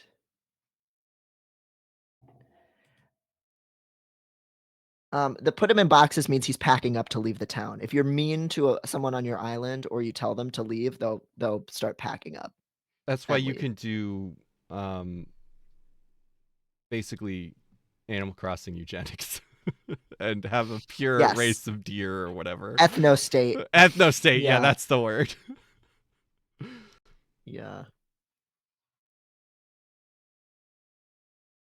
um Treat him poorly until he leaves. Yep. all right.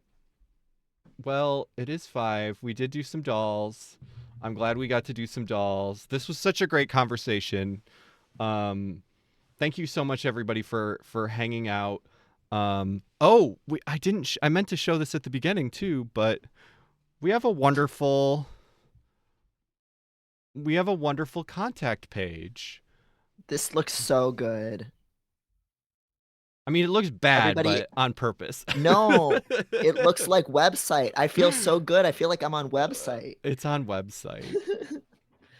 So people who are new around here, join the Piscord, scan that QR code. I'm pointing the wrong direction to join the Piscord. There's always a lot of really great conversations happening in there. They've got a Dawn of Everything book club that's been meeting before streams or just taking the stream time slot on weeks when we can't stream. Yeah, People do crafting, all kinds of cool shit. it's We really have good. Piss Course. We have gotten did we I don't know if we said this on the show. We have gotten monetized so that on YouTube so that we could be demonetized. We finally got monetized and we looked through all of the Yay! streams that we've already put up on YouTube. Almost all of YouTube.com them are slash demonetized. at Dr. Devin Price. Go follow us on YouTube also as well as here. And yeah, we yeah, literally like 2/3 of our episodes were demonetized either for copyright issues or probably because we said a lot of bad words in them like COVID and Nazi. Right. um Yes. But, yeah, we might make, 4 cents at some point. So, that's thank you important. for the, VOD watchers. Yeah. Yes, we love you guys. Uh